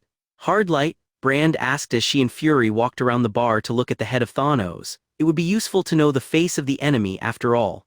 Peter had scoffed at the idea of magic until he looked at the head again. He sat there in quiet contemplation for a bit. He did go through a difficult situation not too long back after all. Very clever, Harry, Loki said after sitting down again and studiously ignoring the severed head and Thor's chuckle. I didn't think of it until you mentioned it, but it does seem the most viable explanation, doesn't it? Where else would all that matter have gone otherwise? Harry confirmed. When Ego was destroyed, his entire planet imploded into nothing. Then he turned to Brand. What happened to the blue rock? Disappeared. Brand replied with a nod. Everything under it was crushed, though. We thought you had something to do with it.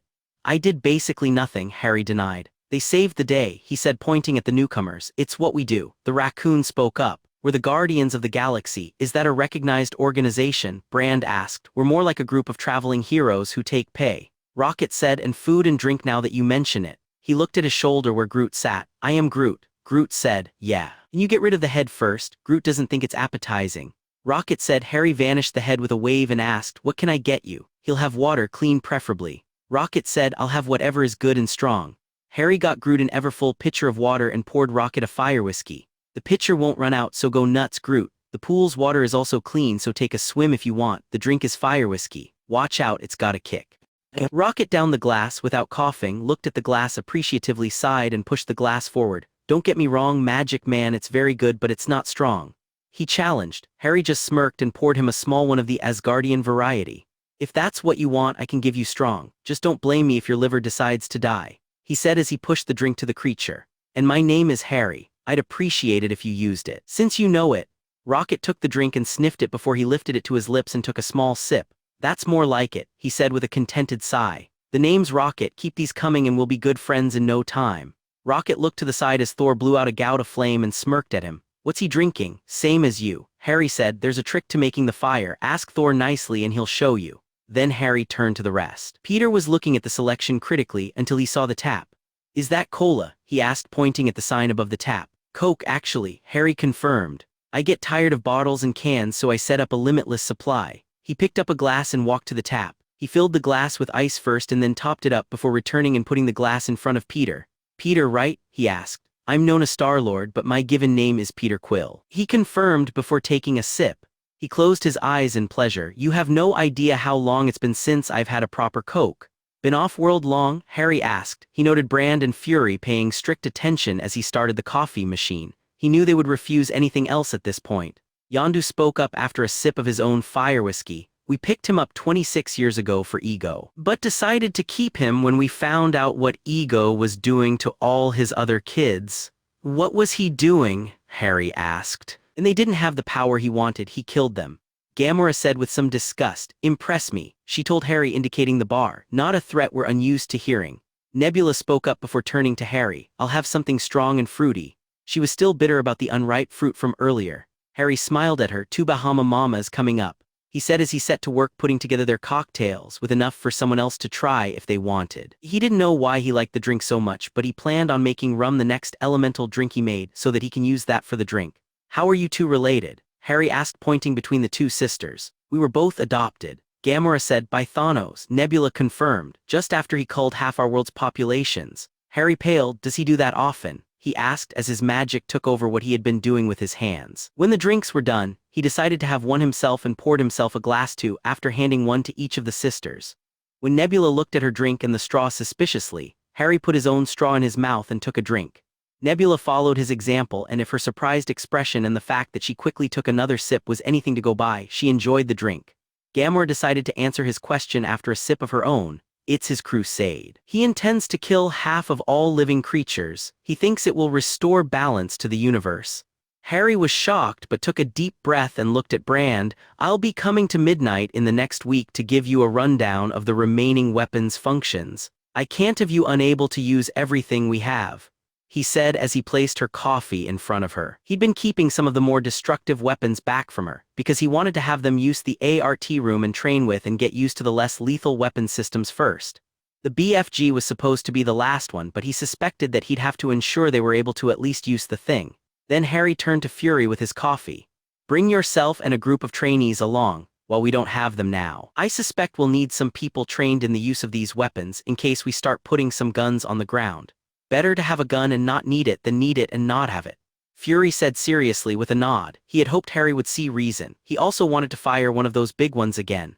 No, Harry denied. If I'm doing this, it's because I'm not allowing Midnight to target anywhere near the moon or the planet. If Thanos is capable of attacking and destroying half of any civilization he chooses, and plans something similar for the rest of the entire universe, he's planning something big. We need to be prepared because we know he's coming in the next couple of years. He's probably picked up some tricks and powerful allies along the way too. How do you know that? Gamora asked. Classified. Harry said seriously. We can discuss setting you up with a contract, which will open some doors for you, but right now let's enjoy a drink while we wind down. Yeah. We are out in the open, Drax said. We do not need doors open for you to give us information on Thanos unless said information can be found inside one of those dwellings. He said, pointing to Harry's house. Drax's people are very literal. Rocket spoke up. He doesn't understand metaphors. I understand a finger on the throat means death, Drax said. Yeah, but do you understand that you just threatened to kill me? Rocket asked. I did, Drax asked. Harry couldn't help but smile. How did you lot meet? Drax joined us when we broke out of prison where we were because these two, Peter pointed at Groot and Rocket, decided to capture me for my bounty out in public. Gamora wanted this orb I had and attacked me at the same time and went to prison with us. Harry smiled. You'll have to show me the memory sometime. He said, you can read minds. Mantis spoke up for the first time. Sounding very interested, Harry shook his head. I'm sorry, but we've not been introduced. He said as he extended his hand. I'm Harry, I am Mantis, she said as she took his hand. Her antenna glowed and her eyes widened. I can't feel any emotions from you at all. It's a constant effort. It took many years, but my mind is protected from most outside influences.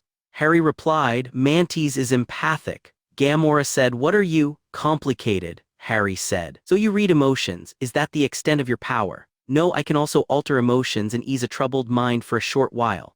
Mantis said, Ego raised me from my larva state. I helped him sleep. I do not know if that is the extent of my power, but it is all I know. You never answered Mantis's question. Peter said, can you read minds? Harry sighed. What I was referring to was a device I have that allows me to extract and view memories.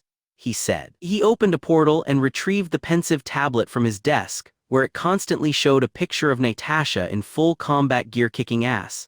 He found it dead sexy. He swiped his hand across the screen and placed the now empty tablet on the table. Then he put a finger to his head and withdrew it with a string of memory attached. He placed the memory on the tablet and allowed it to sink in. Before he tapped the side and a small illusory representation of the bar popped up and replayed the last minute of conversation. See, Harry asked. How does it work? Rocket asked as he reached for the tablet but quickly withdrew his hand when it was stung by a stinging hex. What the hell? He asked incredulously, looking at his uninjured hand. The bar has protections. Only certain people are allowed back here. Harry said, truly. Even I, his eldest brother, am barred from entry behind the bar. He guards it jealously as his fiefdom. But I swear to one day liberate all the alcoholic beverages trapped back there, one at a time. Thor agreed with a smile. I can go back there, Loki said with a smirk as he reached across and picked up the tablet. And this is a magical device, so you would need magical proficiency or a lot of knowledge to make or understand this. My friend Jarvis made it for me. Harry said, you are welcome, Harry. Jarvis spoke up from the bar's speakers. What the hell? Peter said as he looked up to spot the person he had not seen yet. I apologize for scaring you, Mr. Quill. I am Jarvis, a sentient AI. Jarvis introduced himself. You've got an AI, that's so cool, Peter said with a sudden smile, thinking of Knight Rider. And dangerous, Rocket said also with a smile. I assure you that we have been warned of the dangers of artificial intelligence, and I have ensured to keep mine quite well programmed.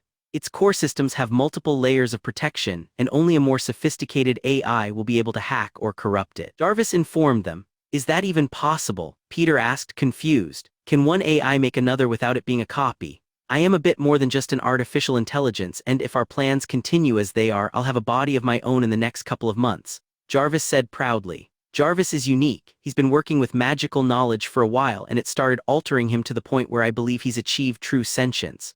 Harry said. That isn't possible. There's no such thing as a truly sentient artificial intelligence. You cannot create real emotions, only emulate them. Nebula said, I beg to differ, Miss Nebula. I do feel real emotion. It wasn't programmed into me as protocols or subroutines either. Jarvis argued, are you a cybernetic being? I'm biological. I was modified. Nebula stated darkly with an unreadable look at Gamora. I apologize for making assumptions. Jarvis said, where on earth are we anyway? Peter asked, trying to change the subject when he saw Gamora was getting angry. New Atlantis, like I said. Harry said, this island is mine. I purchased it a while ago and established it as a magical creature sanctuary. He replied, then he noticed something and smiled. Since then it's become something more. Lord Harry, came a voice from a bit past the houses as a group of nymphs approached in swimsuits. Led by Zira. When she reached the bar, Zira ignored the newcomers and went to stand by the entrance to the bar and beckoned for Harry to exit so she could hug him. The other ladies were standing there waiting as well. When Harry exited the bar, he was engulfed and soon had to hug everyone. You did not tell us you would be here today, so when we felt your presence we decided to come join you. Are we interrupting? She asked, looking over his shoulder. As you can see, we have a couple of guests. So no sweets. We're discussing some things that happened earlier today and need to finish that before I can spend any time with you. Harry replied as he continued hugging the other nymphs. Samantha had waited for last so she could hug Harry and hopefully stay with him. Harry hugged her and she clung to him like she often did, so he just rolled his eyes and put her on his hip. She was one of the few that could go into the bar, but only while Harry was in it. Ladies and gentlemen, please excuse the interruption. These are the wood nymphs of New Atlantis. There was a chorus of various greetings before Harry continued. This here is Samantha. She's one of them and she's very shy, so she won't interrupt us, will you? He asked her and she shook her head. Dude, Peter said with a huge smile on his face. Up top, he held his hand up for a high five, which Harry happily gave. Being magic must make you lucky. I am lucky, Harry confirmed. These ladies are refreshing company and keep the plants on New Atlantis happy and thriving. However, it wasn't the magic that brought them to me. I offered them a home because their race was hunted. That's one of the reasons why there are usually no weapons allowed on the island. Harry smirked. As for luck, I have a friend who can make a potion for that, but it would probably cost an arm and a leg. I'll take one. Rocket spoke up. I've got a couple of spares on the ship. Harry cocked his head to the side. Is he kidding? No, most of the Guardians said. If you've got a prosthetic, don't tell him about it. You'll wake up missing it. Peter said, I am Groot. Groot said, I know. Harry said with a smile. He thought the tree creature was cute if slightly simple. No, Lord Harry. Zira said from where she had been listening in, acting like she was sunning herself. He said that Rocket is not just a thief, he's also very smart and can fix nearly anything. She said, his words and his intent are different. Really? Harry said with a smile before thinking about it. What a cool trick. Let me try. He focused on greeting Groot and telling him he is welcome to join the nymphs as they would all understand him if it's a tree thing. I am Harry. He said, lacing the intent with a bit of magic as he said it. Groot shook his head but didn't seem to understand, so Harry tried again. I am Harry. A little bit more intent. I am Groot. Groot asked and looked around, seeming to have understood his intent. Then he jumped off the table and ran to the pool, where he started repeating his sentence over and over again, with the nymphs going nuts over the cute little thing. We both understood your meaning, my lord, Zira said with a happy smile. Rocket had cocked his head to the side. So did I. Cool, Harry said with a smile. This could be useful in the future. Can we get on with this? Nick asked. A lot has changed in the 20+ years you were gone, he told Peter. What I'd like to know is what we can do for each other. Drax was the one to reply though. If Ghost can go anywhere in the universe, why not take us to Thanos so that I can kill him? You would not survive one of his Black Order, let alone Thanos himself. Nebula stated, I am Drax the Destroyer, I can kill anyone. Drax said emphatically, you could not defeat Ronan and Thanos is many times stronger. Gamora retorted, your only chance is with the right allies and weapons, and even then your chances are small. She finished. People, Harry said loudly, what did I say about unwinding? Relax, we'll plan tomorrow. In the meanwhile, we can just continue debriefing.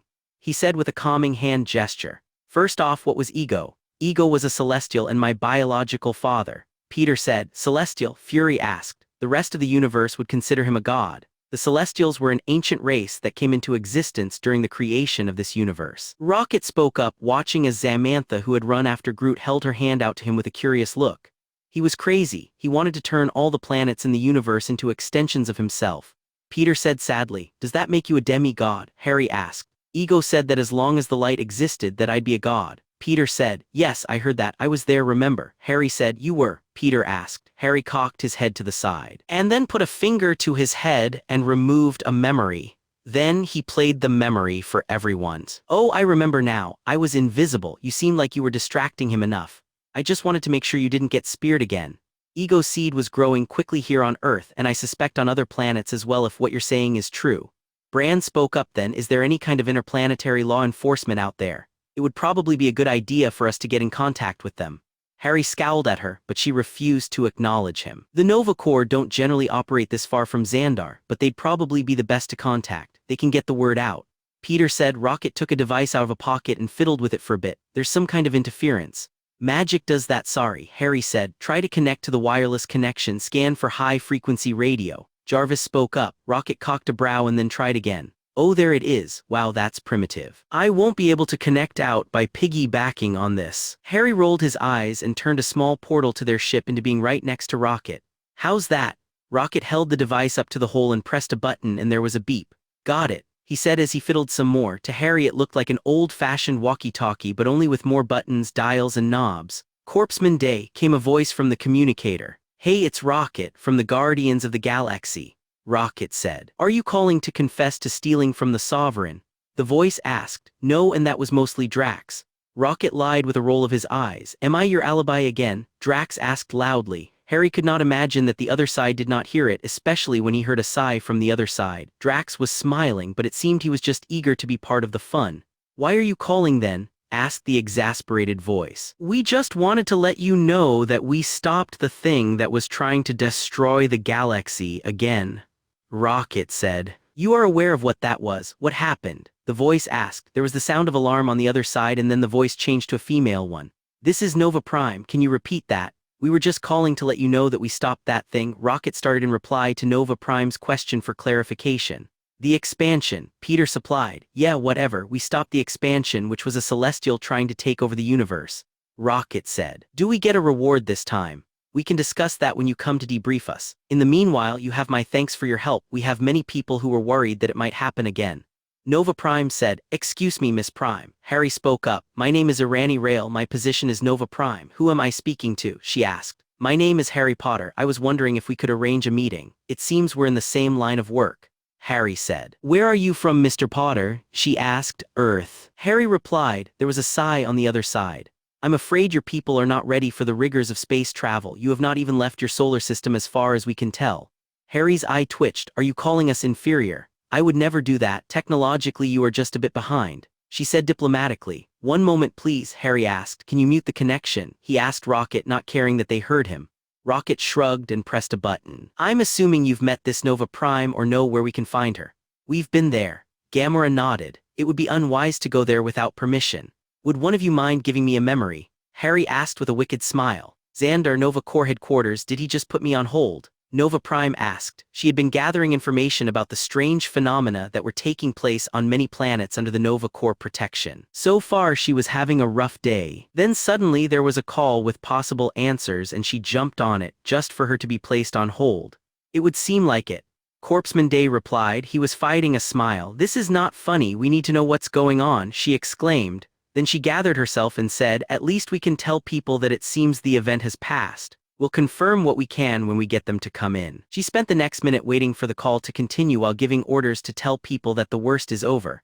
When the voice she had last been speaking to spoke again, but it was not coming from the machine.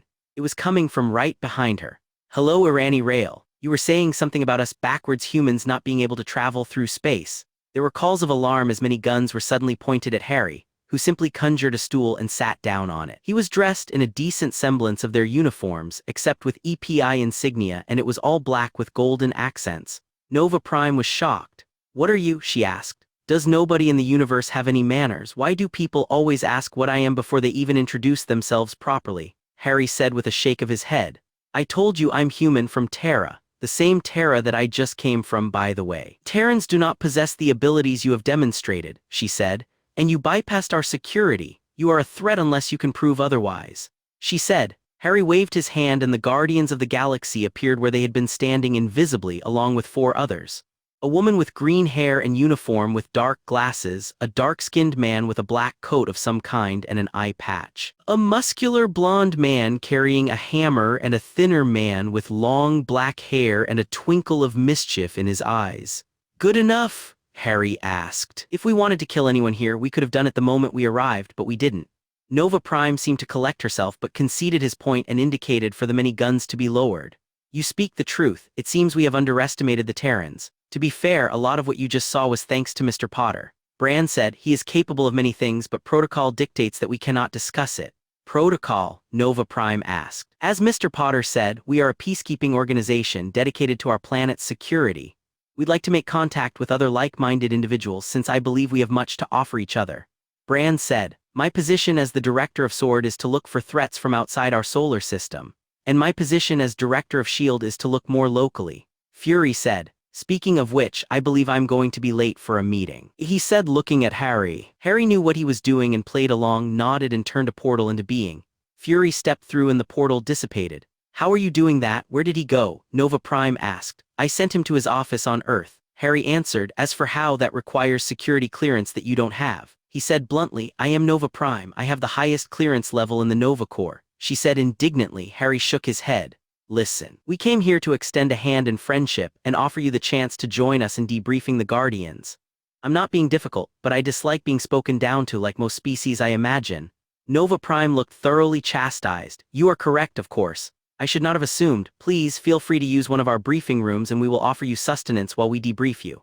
If that is customary, I'd like to offer the same to you. My place is more secure and can offer most kinds of refreshments, Harry countered. My method of debriefing is also much more thorough, I can guarantee it. Nova Prime seemed to think about it. Can I bring my security detail? I invited you so that would be acceptable, Harry said, but my home is a refuge for endangered species, so if so much as one of your people attack anyone or anything on my land, I will take it personally and the Nova Corps will go on my shit list. After threatening the head of an interplanetary peacekeeping force, Harry turned around, turned a portal into being and went back to the island. Ladies, we're about to receive some armed guests. Please, for my peace of mind, do not approach us while they are here. I'll be layering a bit of magic over you to have them ignore you, okay? Harry told the nymphs. Certainly, my lord, Zira said with a smile from Tony's pool chair. So long as you can see us, we won't mind. Thank you, Harry said before layering some spells on his nymphs. My nymphs, Harry thought to himself. When did I start thinking of them as my nymphs? Pretty soon Nova Prime arrived with 20 men, who ranged around the seating area Harry had quickly conjured for them. It was a simple glass-covered table with chairs arranged around it. Okay, so I'll demonstrate first and then we'll get the debriefing done painlessly, he said as he extracted a memory from his mind and placed it in the pensive tablet which he had pulled from his pocket. I want you to follow my lead. I'm going to place my finger on the tablet and it will show me the memory I just placed in it. Harry said to Prime. Excuse me, ma'am, Mr. Potter, Corpseman Day, who had followed them, said. May I see this technology first to confirm that it is safe? Be my guest, Harry said with a smile. You just earned yourself a free drink from my bar for your diligence. Thank you, sir, Day said. Harry placed his finger on the tablet and entered the memory, with Day following shortly after him, which was just a replay of when Harry met Nova Prime a couple of minutes ago. That is amazing technology, Day exclaimed once he came to himself. Then he turned to his leader. We must acquire this for the Corps. It would be a very useful tool. As far as I can tell, it is completely safe and shows you a memory in very, very vivid detail. I was even able to talk to Mr. Potter while we watched the memory. Nova Prime seemed impressed. Okay then, show me. Harry took her through the same process and she too was soon a believer. Day is correct, she said with raised eyebrows and a bit of a smile on her lips. This would be very useful for the Corps. Where will we acquire these devices? Pi, Harry said, my company. Then he thought about it. Is that okay, Jarvis? Can you make pensive tablets a normal person can use? He called out over his shoulder. If they are willing to pay the going rates, I would be more than willing to start production on these for the Nova Corps. And as long as they sign a contract to protect our interests in this regard, of course. Jarvis said from the bar speakers. There is a way for them to use the tablet without your gifts, but you'll need to assign the devices to the people who use them. Harry understood he meant bond magically. You heard the man. Harry said, who Prime started. That's Harry's AI, Peter interjected. Well, that's just rude, Harry said. Jarvis is my friend. I told you he's sentient and he's a really nice guy. Why would you make him sound like a possession? Is Mr. Jarvis trustworthy? Prime asked with a raised eyebrow. He could keep secrets better than I could and my mind can't be read without permission. Harry said, he's also a friend, so he's very trustworthy. Fair enough, Nova Prime said. We can discuss the purchase of these at a later date. I'd like to get the debriefing over with. I agree, Brand said. Now that everyone knows how this works, let's get the relevant information. Harry shrugged and asked the people who'd be willing to offer the memory. Drax was strangely the one to offer first, but Peter ended up giving his memory as he was closer to the action. They watched the memories from the moment Quill met his father, skipping over some useless information as Harry fast-forwarded the memory. About 112 minutes later, They had watched the entire series of events till Ego died and Nova Prime had a whole new look of respect on her face. Guardians of the Galaxy, you did exceptionally well. I will try to intercede on your behalf with the Sovereign for what you have done, as it seems that their batteries were instrumental in saving the galaxy. We might be able to persuade them that it was your goal to begin with. Their pride may just buy you your freedom from their bounties.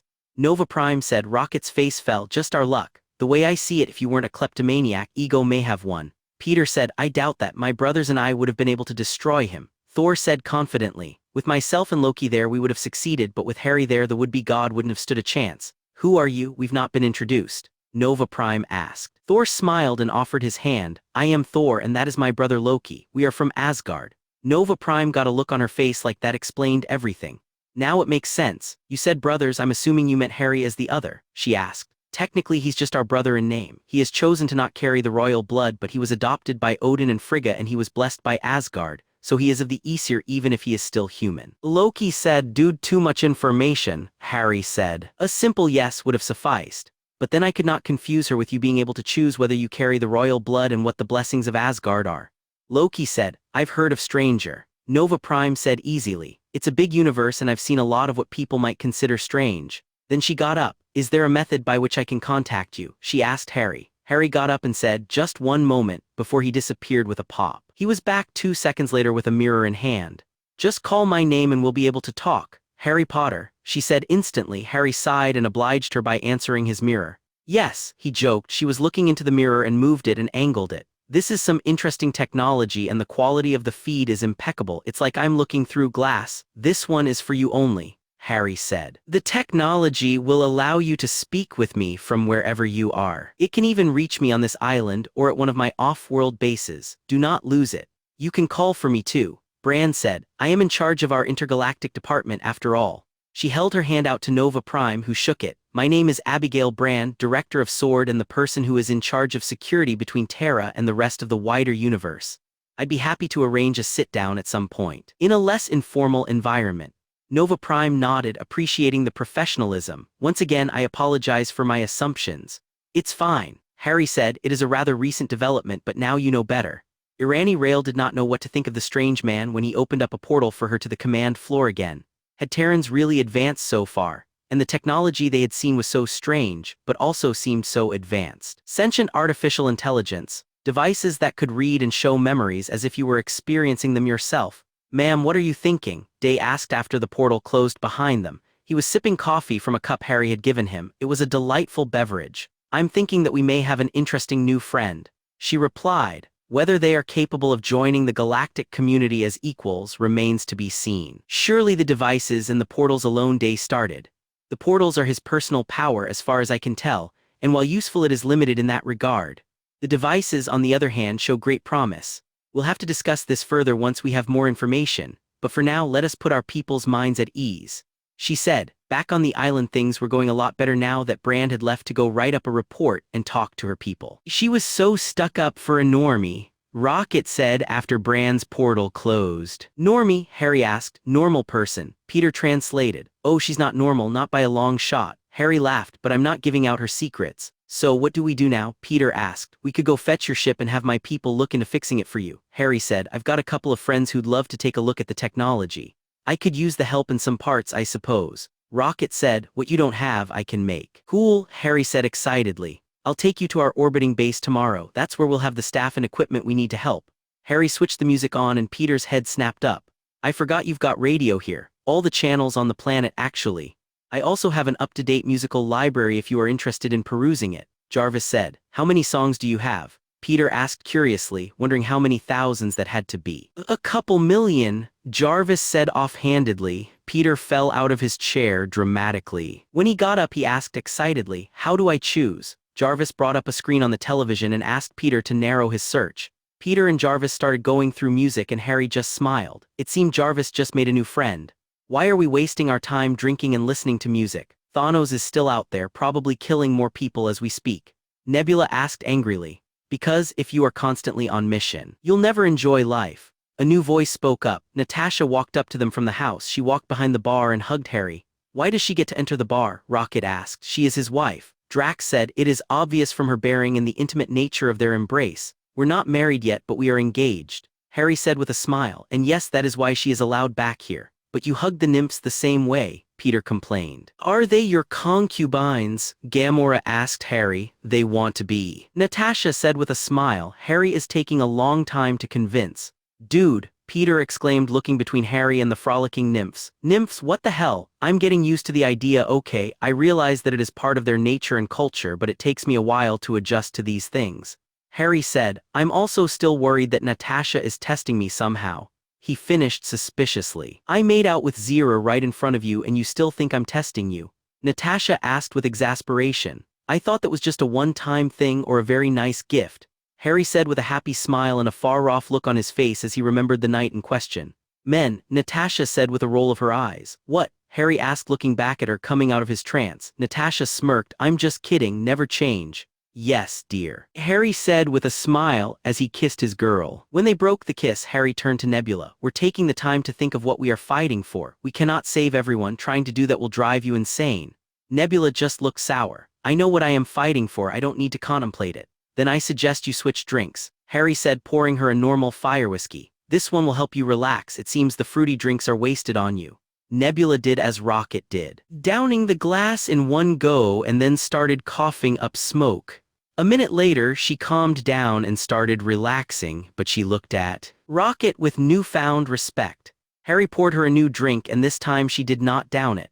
Natasha poured herself a shot of iced vodka and waited for Thor to take a sip of his fire whiskey. When he blew out the inevitable flame, she quickly took her shot and blew the icy mist in the direction of the flames. She didn't know what it would do, but Harry had told her to do it when she had a chance. The magical effects seemed to twist together and then spread out as the fire was put out, and the mist turned into a dark cloud, and it soon started raining miniature droplets, with lightning bolts running through the cloud, and an ominous rumble came from it, until the illusionary effect dissipated into nothing, leaving no trace behind. Ladies and gentlemen, the first ever convergence of elements, Harry exclaimed happily, holding a bottle of fire whiskey in one hand and iced vodka in the other. That had been his goal all along. If he was making the elements, he'd make them special and capable of interaction with each other. Well done, Loki congratulated. He'd taken a liking to the Loki's breath, which had been sent to Asgard, but not a lot of people had taken to it like the fire whiskey. Loki himself found the calming effects of the fire whiskey much more useful. That did not stop people from taking shots of Loki's breath to get drunk on. It was currently the strongest drink on Asgard, and could render seasoned drinkers to insensibility in a very short amount of time. The guests soon started the serious business of drinking, and drinking games started being played just after the nymphs left. Harry set up the games for them with a variety of shots which he would magically refill as needed. At some point Harry became hungry, and set his magic to making himself a burger with some fries on the side, while Natasha had a sirloin steak with a Caesar salad. The smells of food soon drew the attention of the guests, and when Peter sat down he looked at the burger hungrily. Hungry? Harry asked. Is that a cheeseburger? Peter asked, his eyes still pinned to the food as he swayed in his drunkenness. It's an egg-topped bacon cheeseburger with fries, Harry said easily. Want one? Yes, please, Peter said excitedly. Harry set his magic to perform the function again and asked the rest what they wanted, while Jarvis showed them the options that Harry had made in the past. Gamora and Drax wanted steak, but Gamora went with Natasha's choice of sirloin with salad, while Drax wanted a massive pork Texan steak all to himself. Rocket and Groot had a Four Seasons pizza between the two of them, and Mantis had some chicken nuggets. Nebula waited to see what the others got and decided to follow Harry and Peter's example. Yondu and Kraglin both had some macaroni and cheese, which surprised them as they had obviously expected a different flavor, but they still enjoyed it tremendously. The general consensus was the same as those who had eaten Harry's cooking before. Everyone loved it. Harry offered them dessert, and all the ladies went with some ice cream and homemade chocolate sauce, which Natasha suggested. While Harry, Peter, and Rocket had a Kahlua coffee. Harry had given Groot a small ice cream cone, and he seemed to really enjoy it, so Kraglin asked for one as well. Yondu just got another whiskey. The evening's festivities came to an end with a miniature fireworks display which Harry kept in the resort, which was warded to keep the sounds from disturbing the creatures of the island. He then showed them the guest house. Yondu and Kraglin decided to go sleep on the ship, so Harry opened a portal for them. You can feel free to leave this space, Harry said as he handed over a mirror. I can come here whenever, but I'll try to call first should I ever need to. Let me know if you need help in the future or just want to get away from the Ravager life. I can use someone with your experience and know-how on my payroll. I'll think about it. This island of yours is definitely good incentive, Yondu said as he stashed the mirror. Maybe I'll swing by when I'm in the area. Bring a couple of friends. Yeah, about that. While you may know what planet we're on, you won't be able to find the island. It's very secure. You can only come here if I bring you. As for friends, as long as they follow the rules and I'm here to keep an eye, I don't see why not. Harry said, the only thing this place needs is a place to service the needs of men. Yondu said, yeah, I'm not doing that. While I am capable of creating temporary constructs here. He snapped his fingers and 5 identical Swedish masseuses appeared in their professional clothing, looking at the 2 men interestedly, before he snapped his fingers again and they disappeared. I don't feel right catering to men's desires like that. I'm a dude, it's kind of disturbing to think about. Makes sense, I suppose. Yondu nodded. Okay, we're going, I'll be in contact. Maybe we can discuss some sales in the future. We Ravagers have a knack for picking up items of indeterminate legality. He smiled his uneven smile. And I'd be a fool to decline such an offer. We just need to discuss what we can supply you in return. Harry said with a smile, we don't have access to units after all. Our currency is based off the value of gold. Gold works, but I'll think about it. I can see you having a lot to offer in trade. That drink, for example, would be worth a lot to the right buyers. Yondu said as he walked through the portal. Thanks for the stuff and things. Kraglin said, referring to the drink, food, and entertainment. As he followed his captain through the portal, which Harry closed behind him. The following day, Harry took Rocket to the broken ship, opened a large portal to one of the hangars on the moon base, where Tony, Reed Richards, and Leo Fitz were all waiting in anticipation, and a host of mechanical arms ready to assist. Then Harry summoned the rest of the ship's broken parts and sent them through the portal as well. Loki had decided to play bartender to the people who stayed on the island while those better suited to it repaired the ship. It took Rocket all of 5 minutes to get used to the idea of how Harry could fix things, even if he hadn't been told what it was Harry did. They did have to explain a bit of how Harry's power had a very high likelihood of damaging sensitive parts, so Rocket had him stick to repairing the hull. He was quite impressed with how the dents disappeared and the parts fit together seamlessly. What'll it cost me to know what it is that you do exactly? Rocket asked when they were taking a break to eat something. Contract, Tony said over his shoulder. He was watching as a bunch of arms controlled by Jarvis scanned and put parts together so that Harry could more easily fix and reattach them. The fact that they were gathering information on how some of the parts worked was just a happy coincidence, honest. The contract is supernatural and can't be broken without consequences.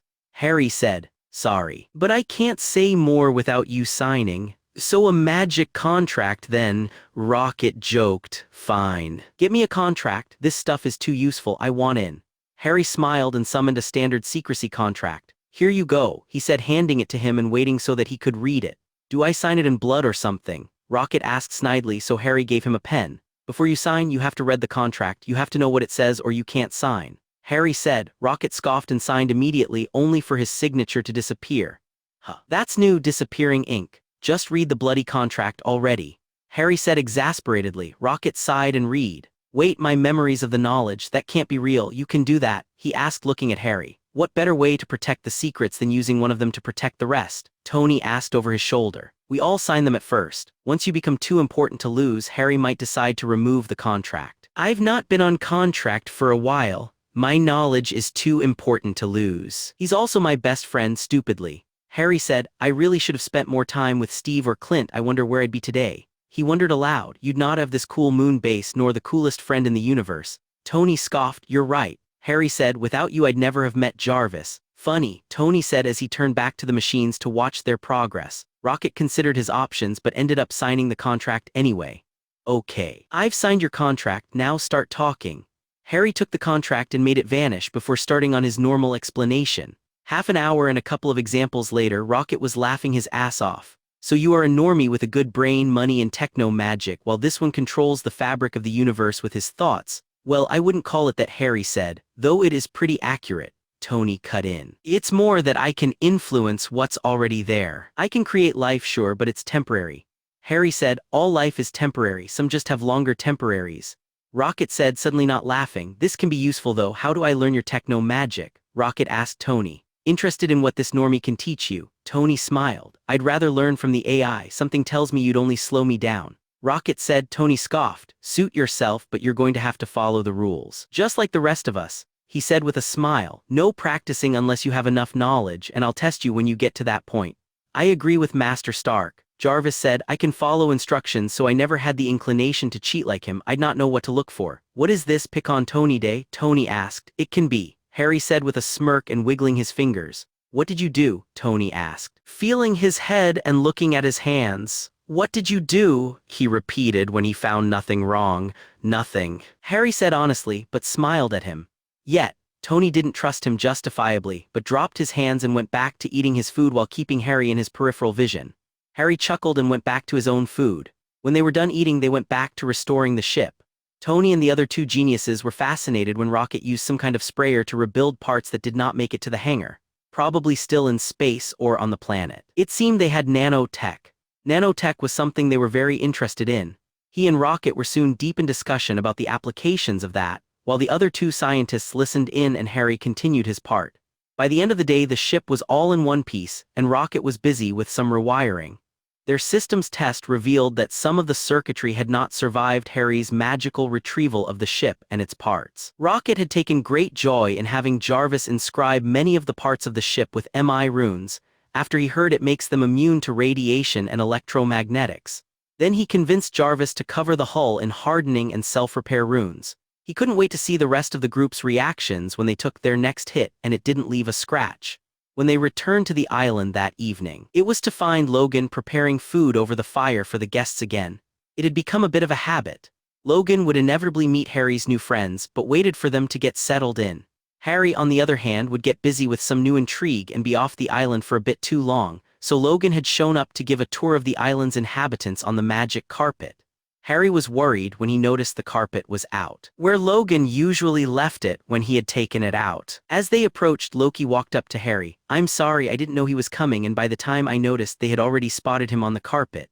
What are you spouting, Loki? You had them under contract before I showed up. Logan growled. Loki rolled his eyes. Could you not play along just once? He complained. I told you I don't do jokes. Logan replied, especially on the man that gave me the run of this paradise. He turned back to the food and flipped a piece of lamb.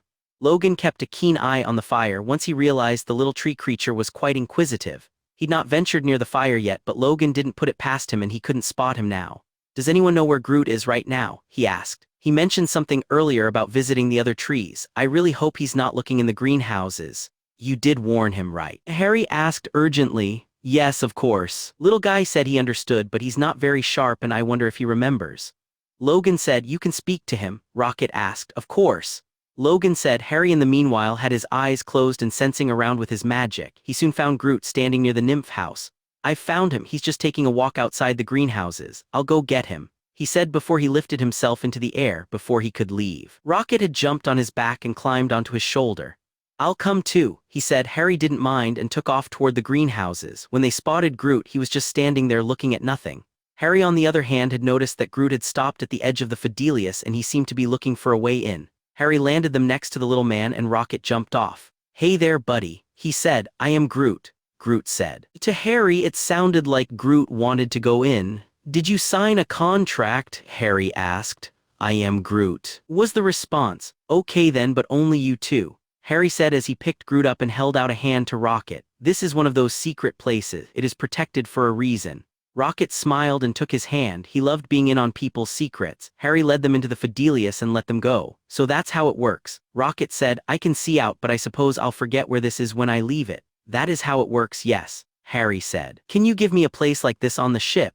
Maybe expand it a bit so I can have a weapons lab, Rocket asked. We'd have to be careful not to damage any circuitry, but it should be doable, Harry said with a shrug. We'll just have to get you set up with a way to inscribe MI runes just in case. Groot was walking to the door. When he reached it, it opened on its own and Samantha was on the other side. Hello, Groot, she said. Before she realized there were other people and suddenly she squeaked and went silent again.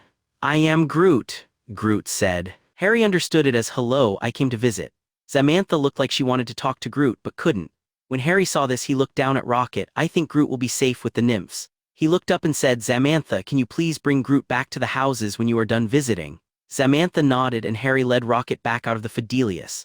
Wow, Rocket said. I knew it was going to happen, but it's still weird forgetting where we just were. At least you know Groot is safe, Harry said. Yeah, well, it's good to see him making some friends. Rocket said, I feel the same way. We have no children other than Samantha on the island. Sometimes I wonder if she's not lonely. Harry confessed as he lifted up and levitated Rocket with him.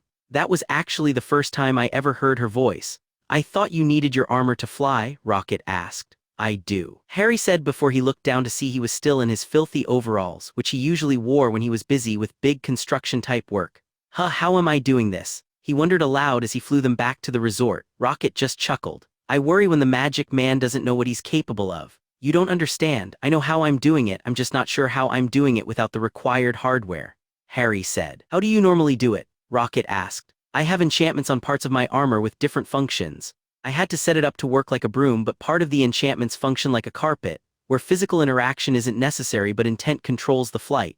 The broom enchantments help me with my reaction time, where the carpet ones allow me to set a destination or flight speed and do other things like attack airborne enemies, Harry explained. Rocket seemed to be considering this. How do you activate your armor?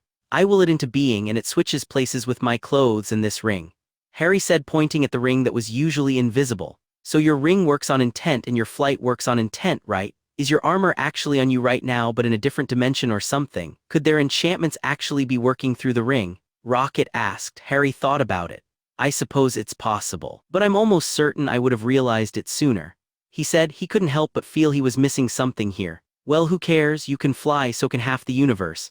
Rocket scoffed. Is that an actual statistic? Harry asked. No, but it isn't unheard of, Rocket admitted. Bright side, you can make your own people fly if you can figure it out. That would be useful. Harry nodded. You're a smart guy, Rocket, thanks. You can always pay me a consultation fee. Rocket smiled. I can always charge for going to fetch your ship and helping with repairs.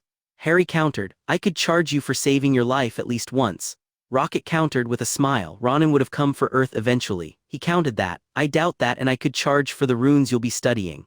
Harry countered again. Rocket thought and then sagged as they approached the bar. Harry had been enjoying the conversation and hadn't rushed. Okay, fine, you win, he said, then he smirked. I'll only charge you half price. I tell you what, Rocket, Harry said as he walked up to the bar and asked for a couple of shots of tequila and absinthe. I hear you like to make things that go boom. I'm in the market for some rune-based weapons since mine all work on enchantments. You get to the point where you can make those and I'll get you paid so well, none of your crew will ever have to work another day again. I might even throw in a bonus of a place on this island if you can help prepare us for Thanos. Rocket shot up onto a chair and held his hand out. Deal, he said enthusiastically. Harry shook and Rocket had a look. Care to show me what you've already made? Harry winced. If you weren't under contract, I'd be worried, he said while he thought about it. Then he turned to Loki. Please continue covering for me. At Loki's nod, Harry put 2 shots in front of Rocket and took 2 himself. He downed the tequila first and followed that up with the absinthe. Rocket did the same and licked his lips.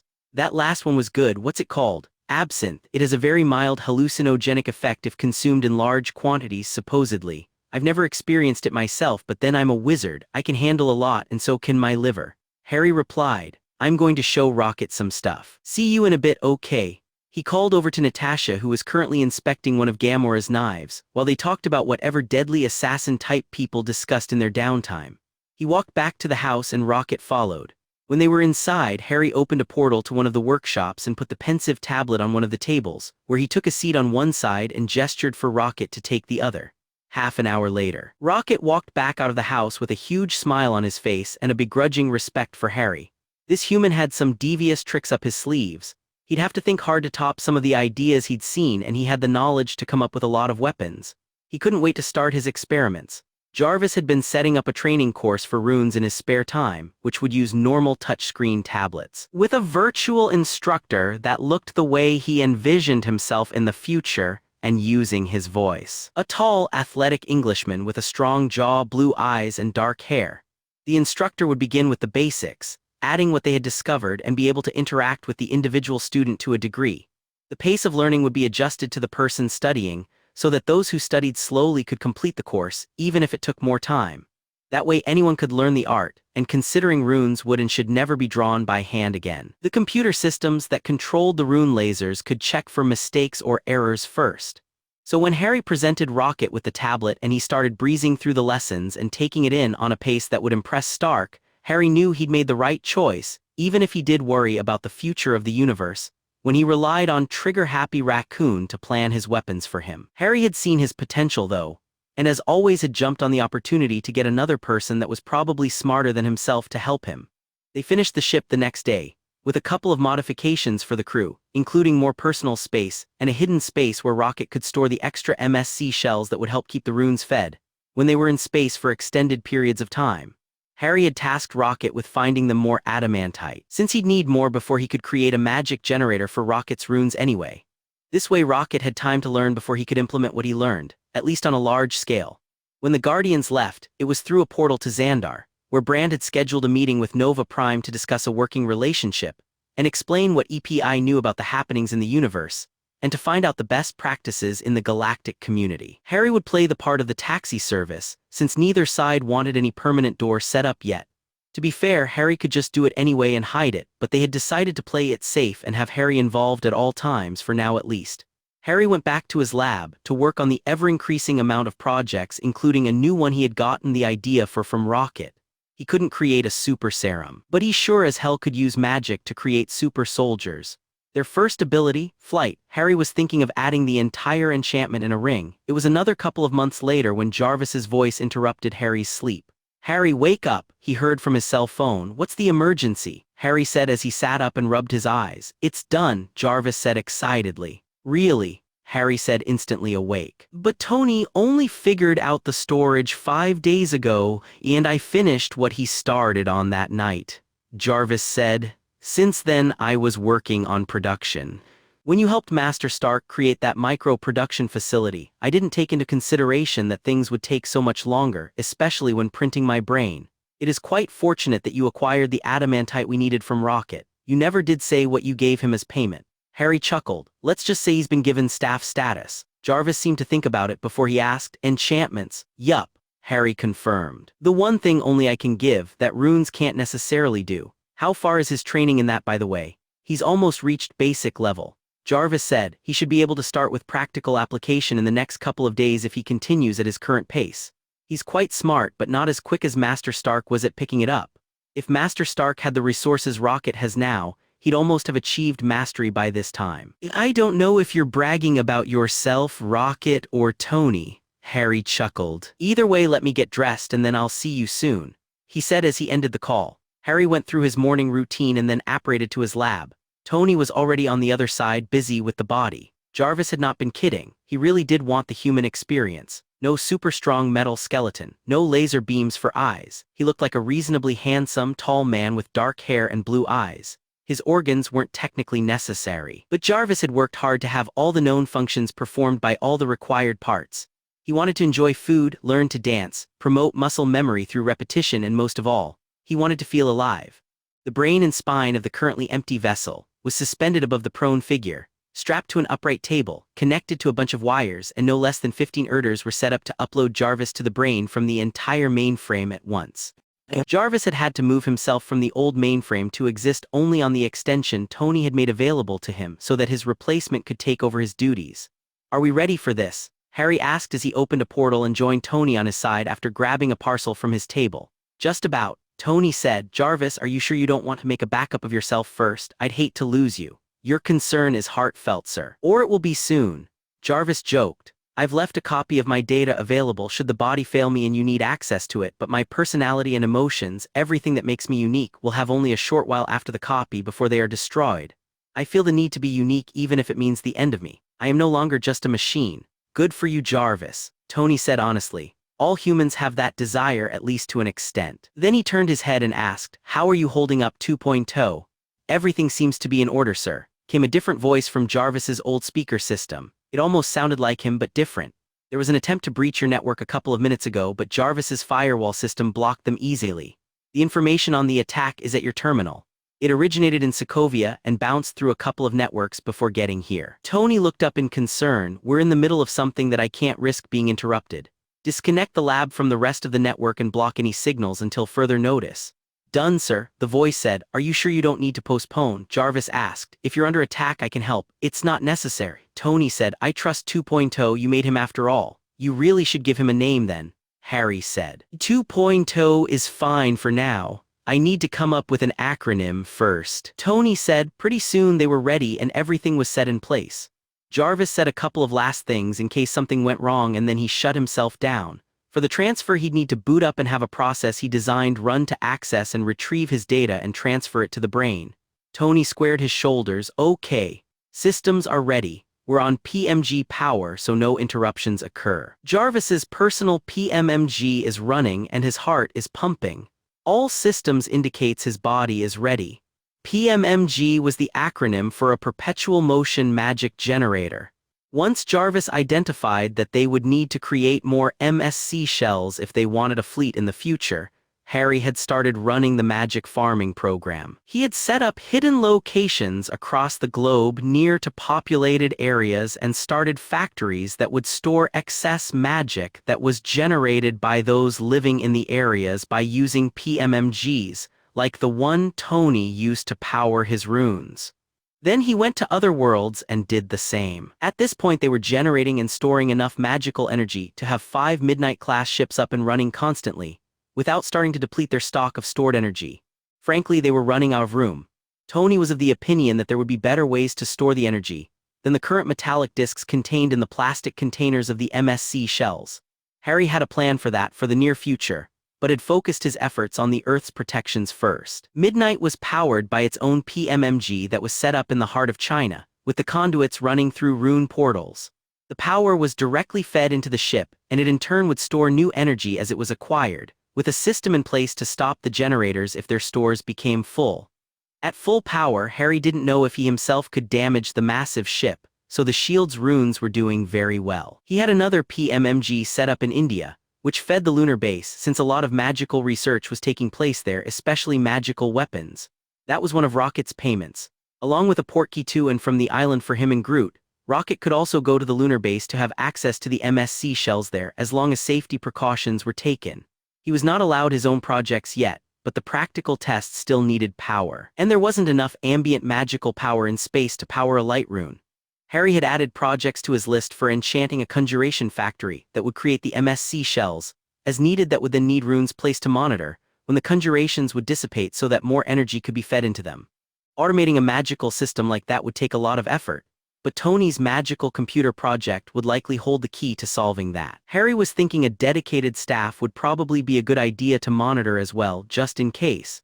The brain, Harry asked, shaking himself out of his thoughts, up and running, though I wish I knew how Jarvis set up the upload processes. Tony said, he just loves messing with me these days. Sounds like you have a teenager on your hands. Harry chuckled, flipped the switch already. Tony grumbled, it's not a switch. As he typed commands on his console and the process started, the machines powered up and the status bar on Tony's screen showed the percentage bar on 0%.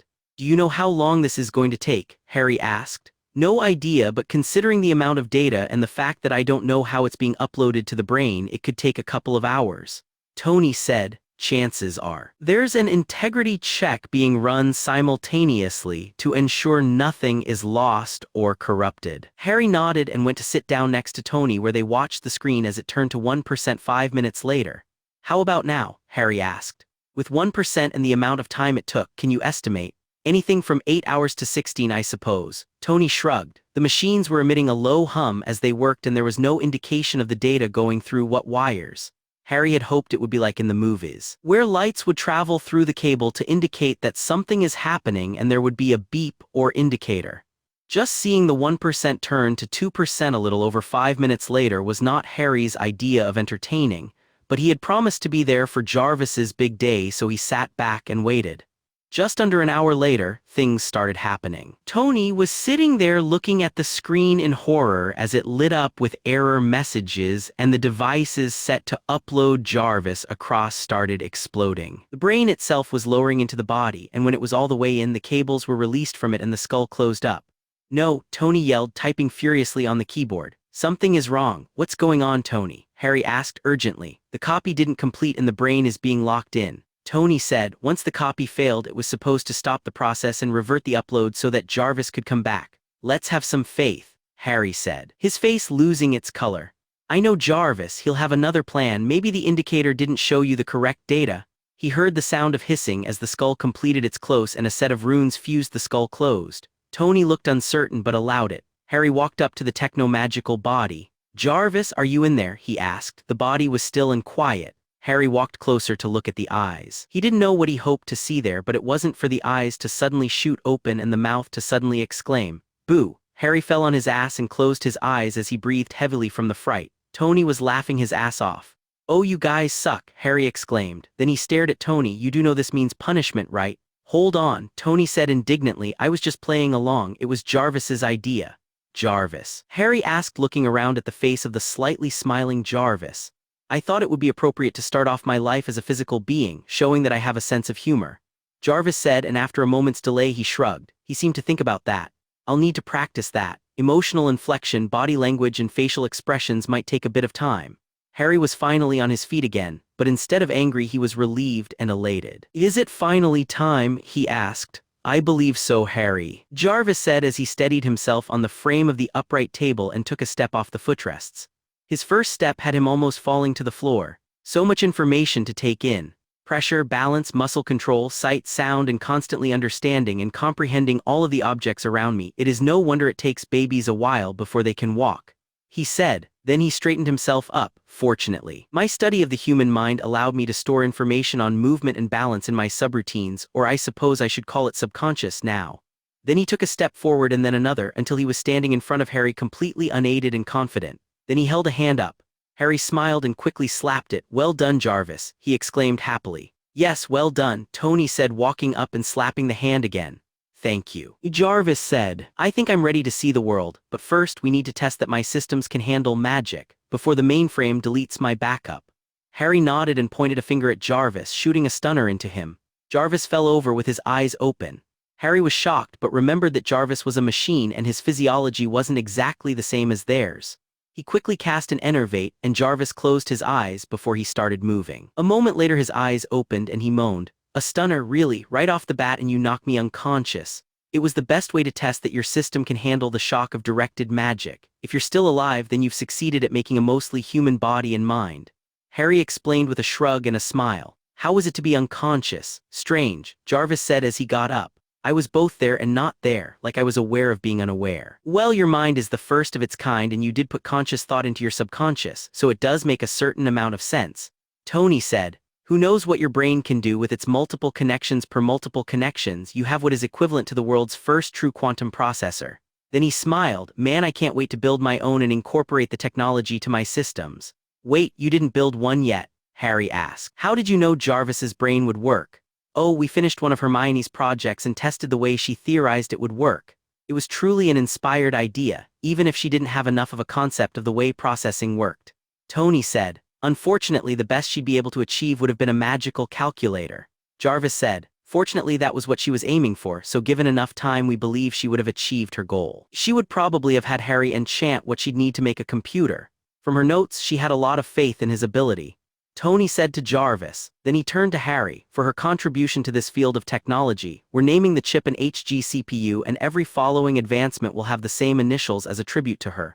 Harry's eyes stung as he listened to Tony finish. Hermione had so much faith in him. He wished she could be here for this, even if he didn't feel he deserved to be there to see her happiness at the achievement of one of her many dreams. "Hermione, I'm so happy for you," he said to himself. "Thank you, Harry," came a voice he never thought he'd hear again. "Whatever for?"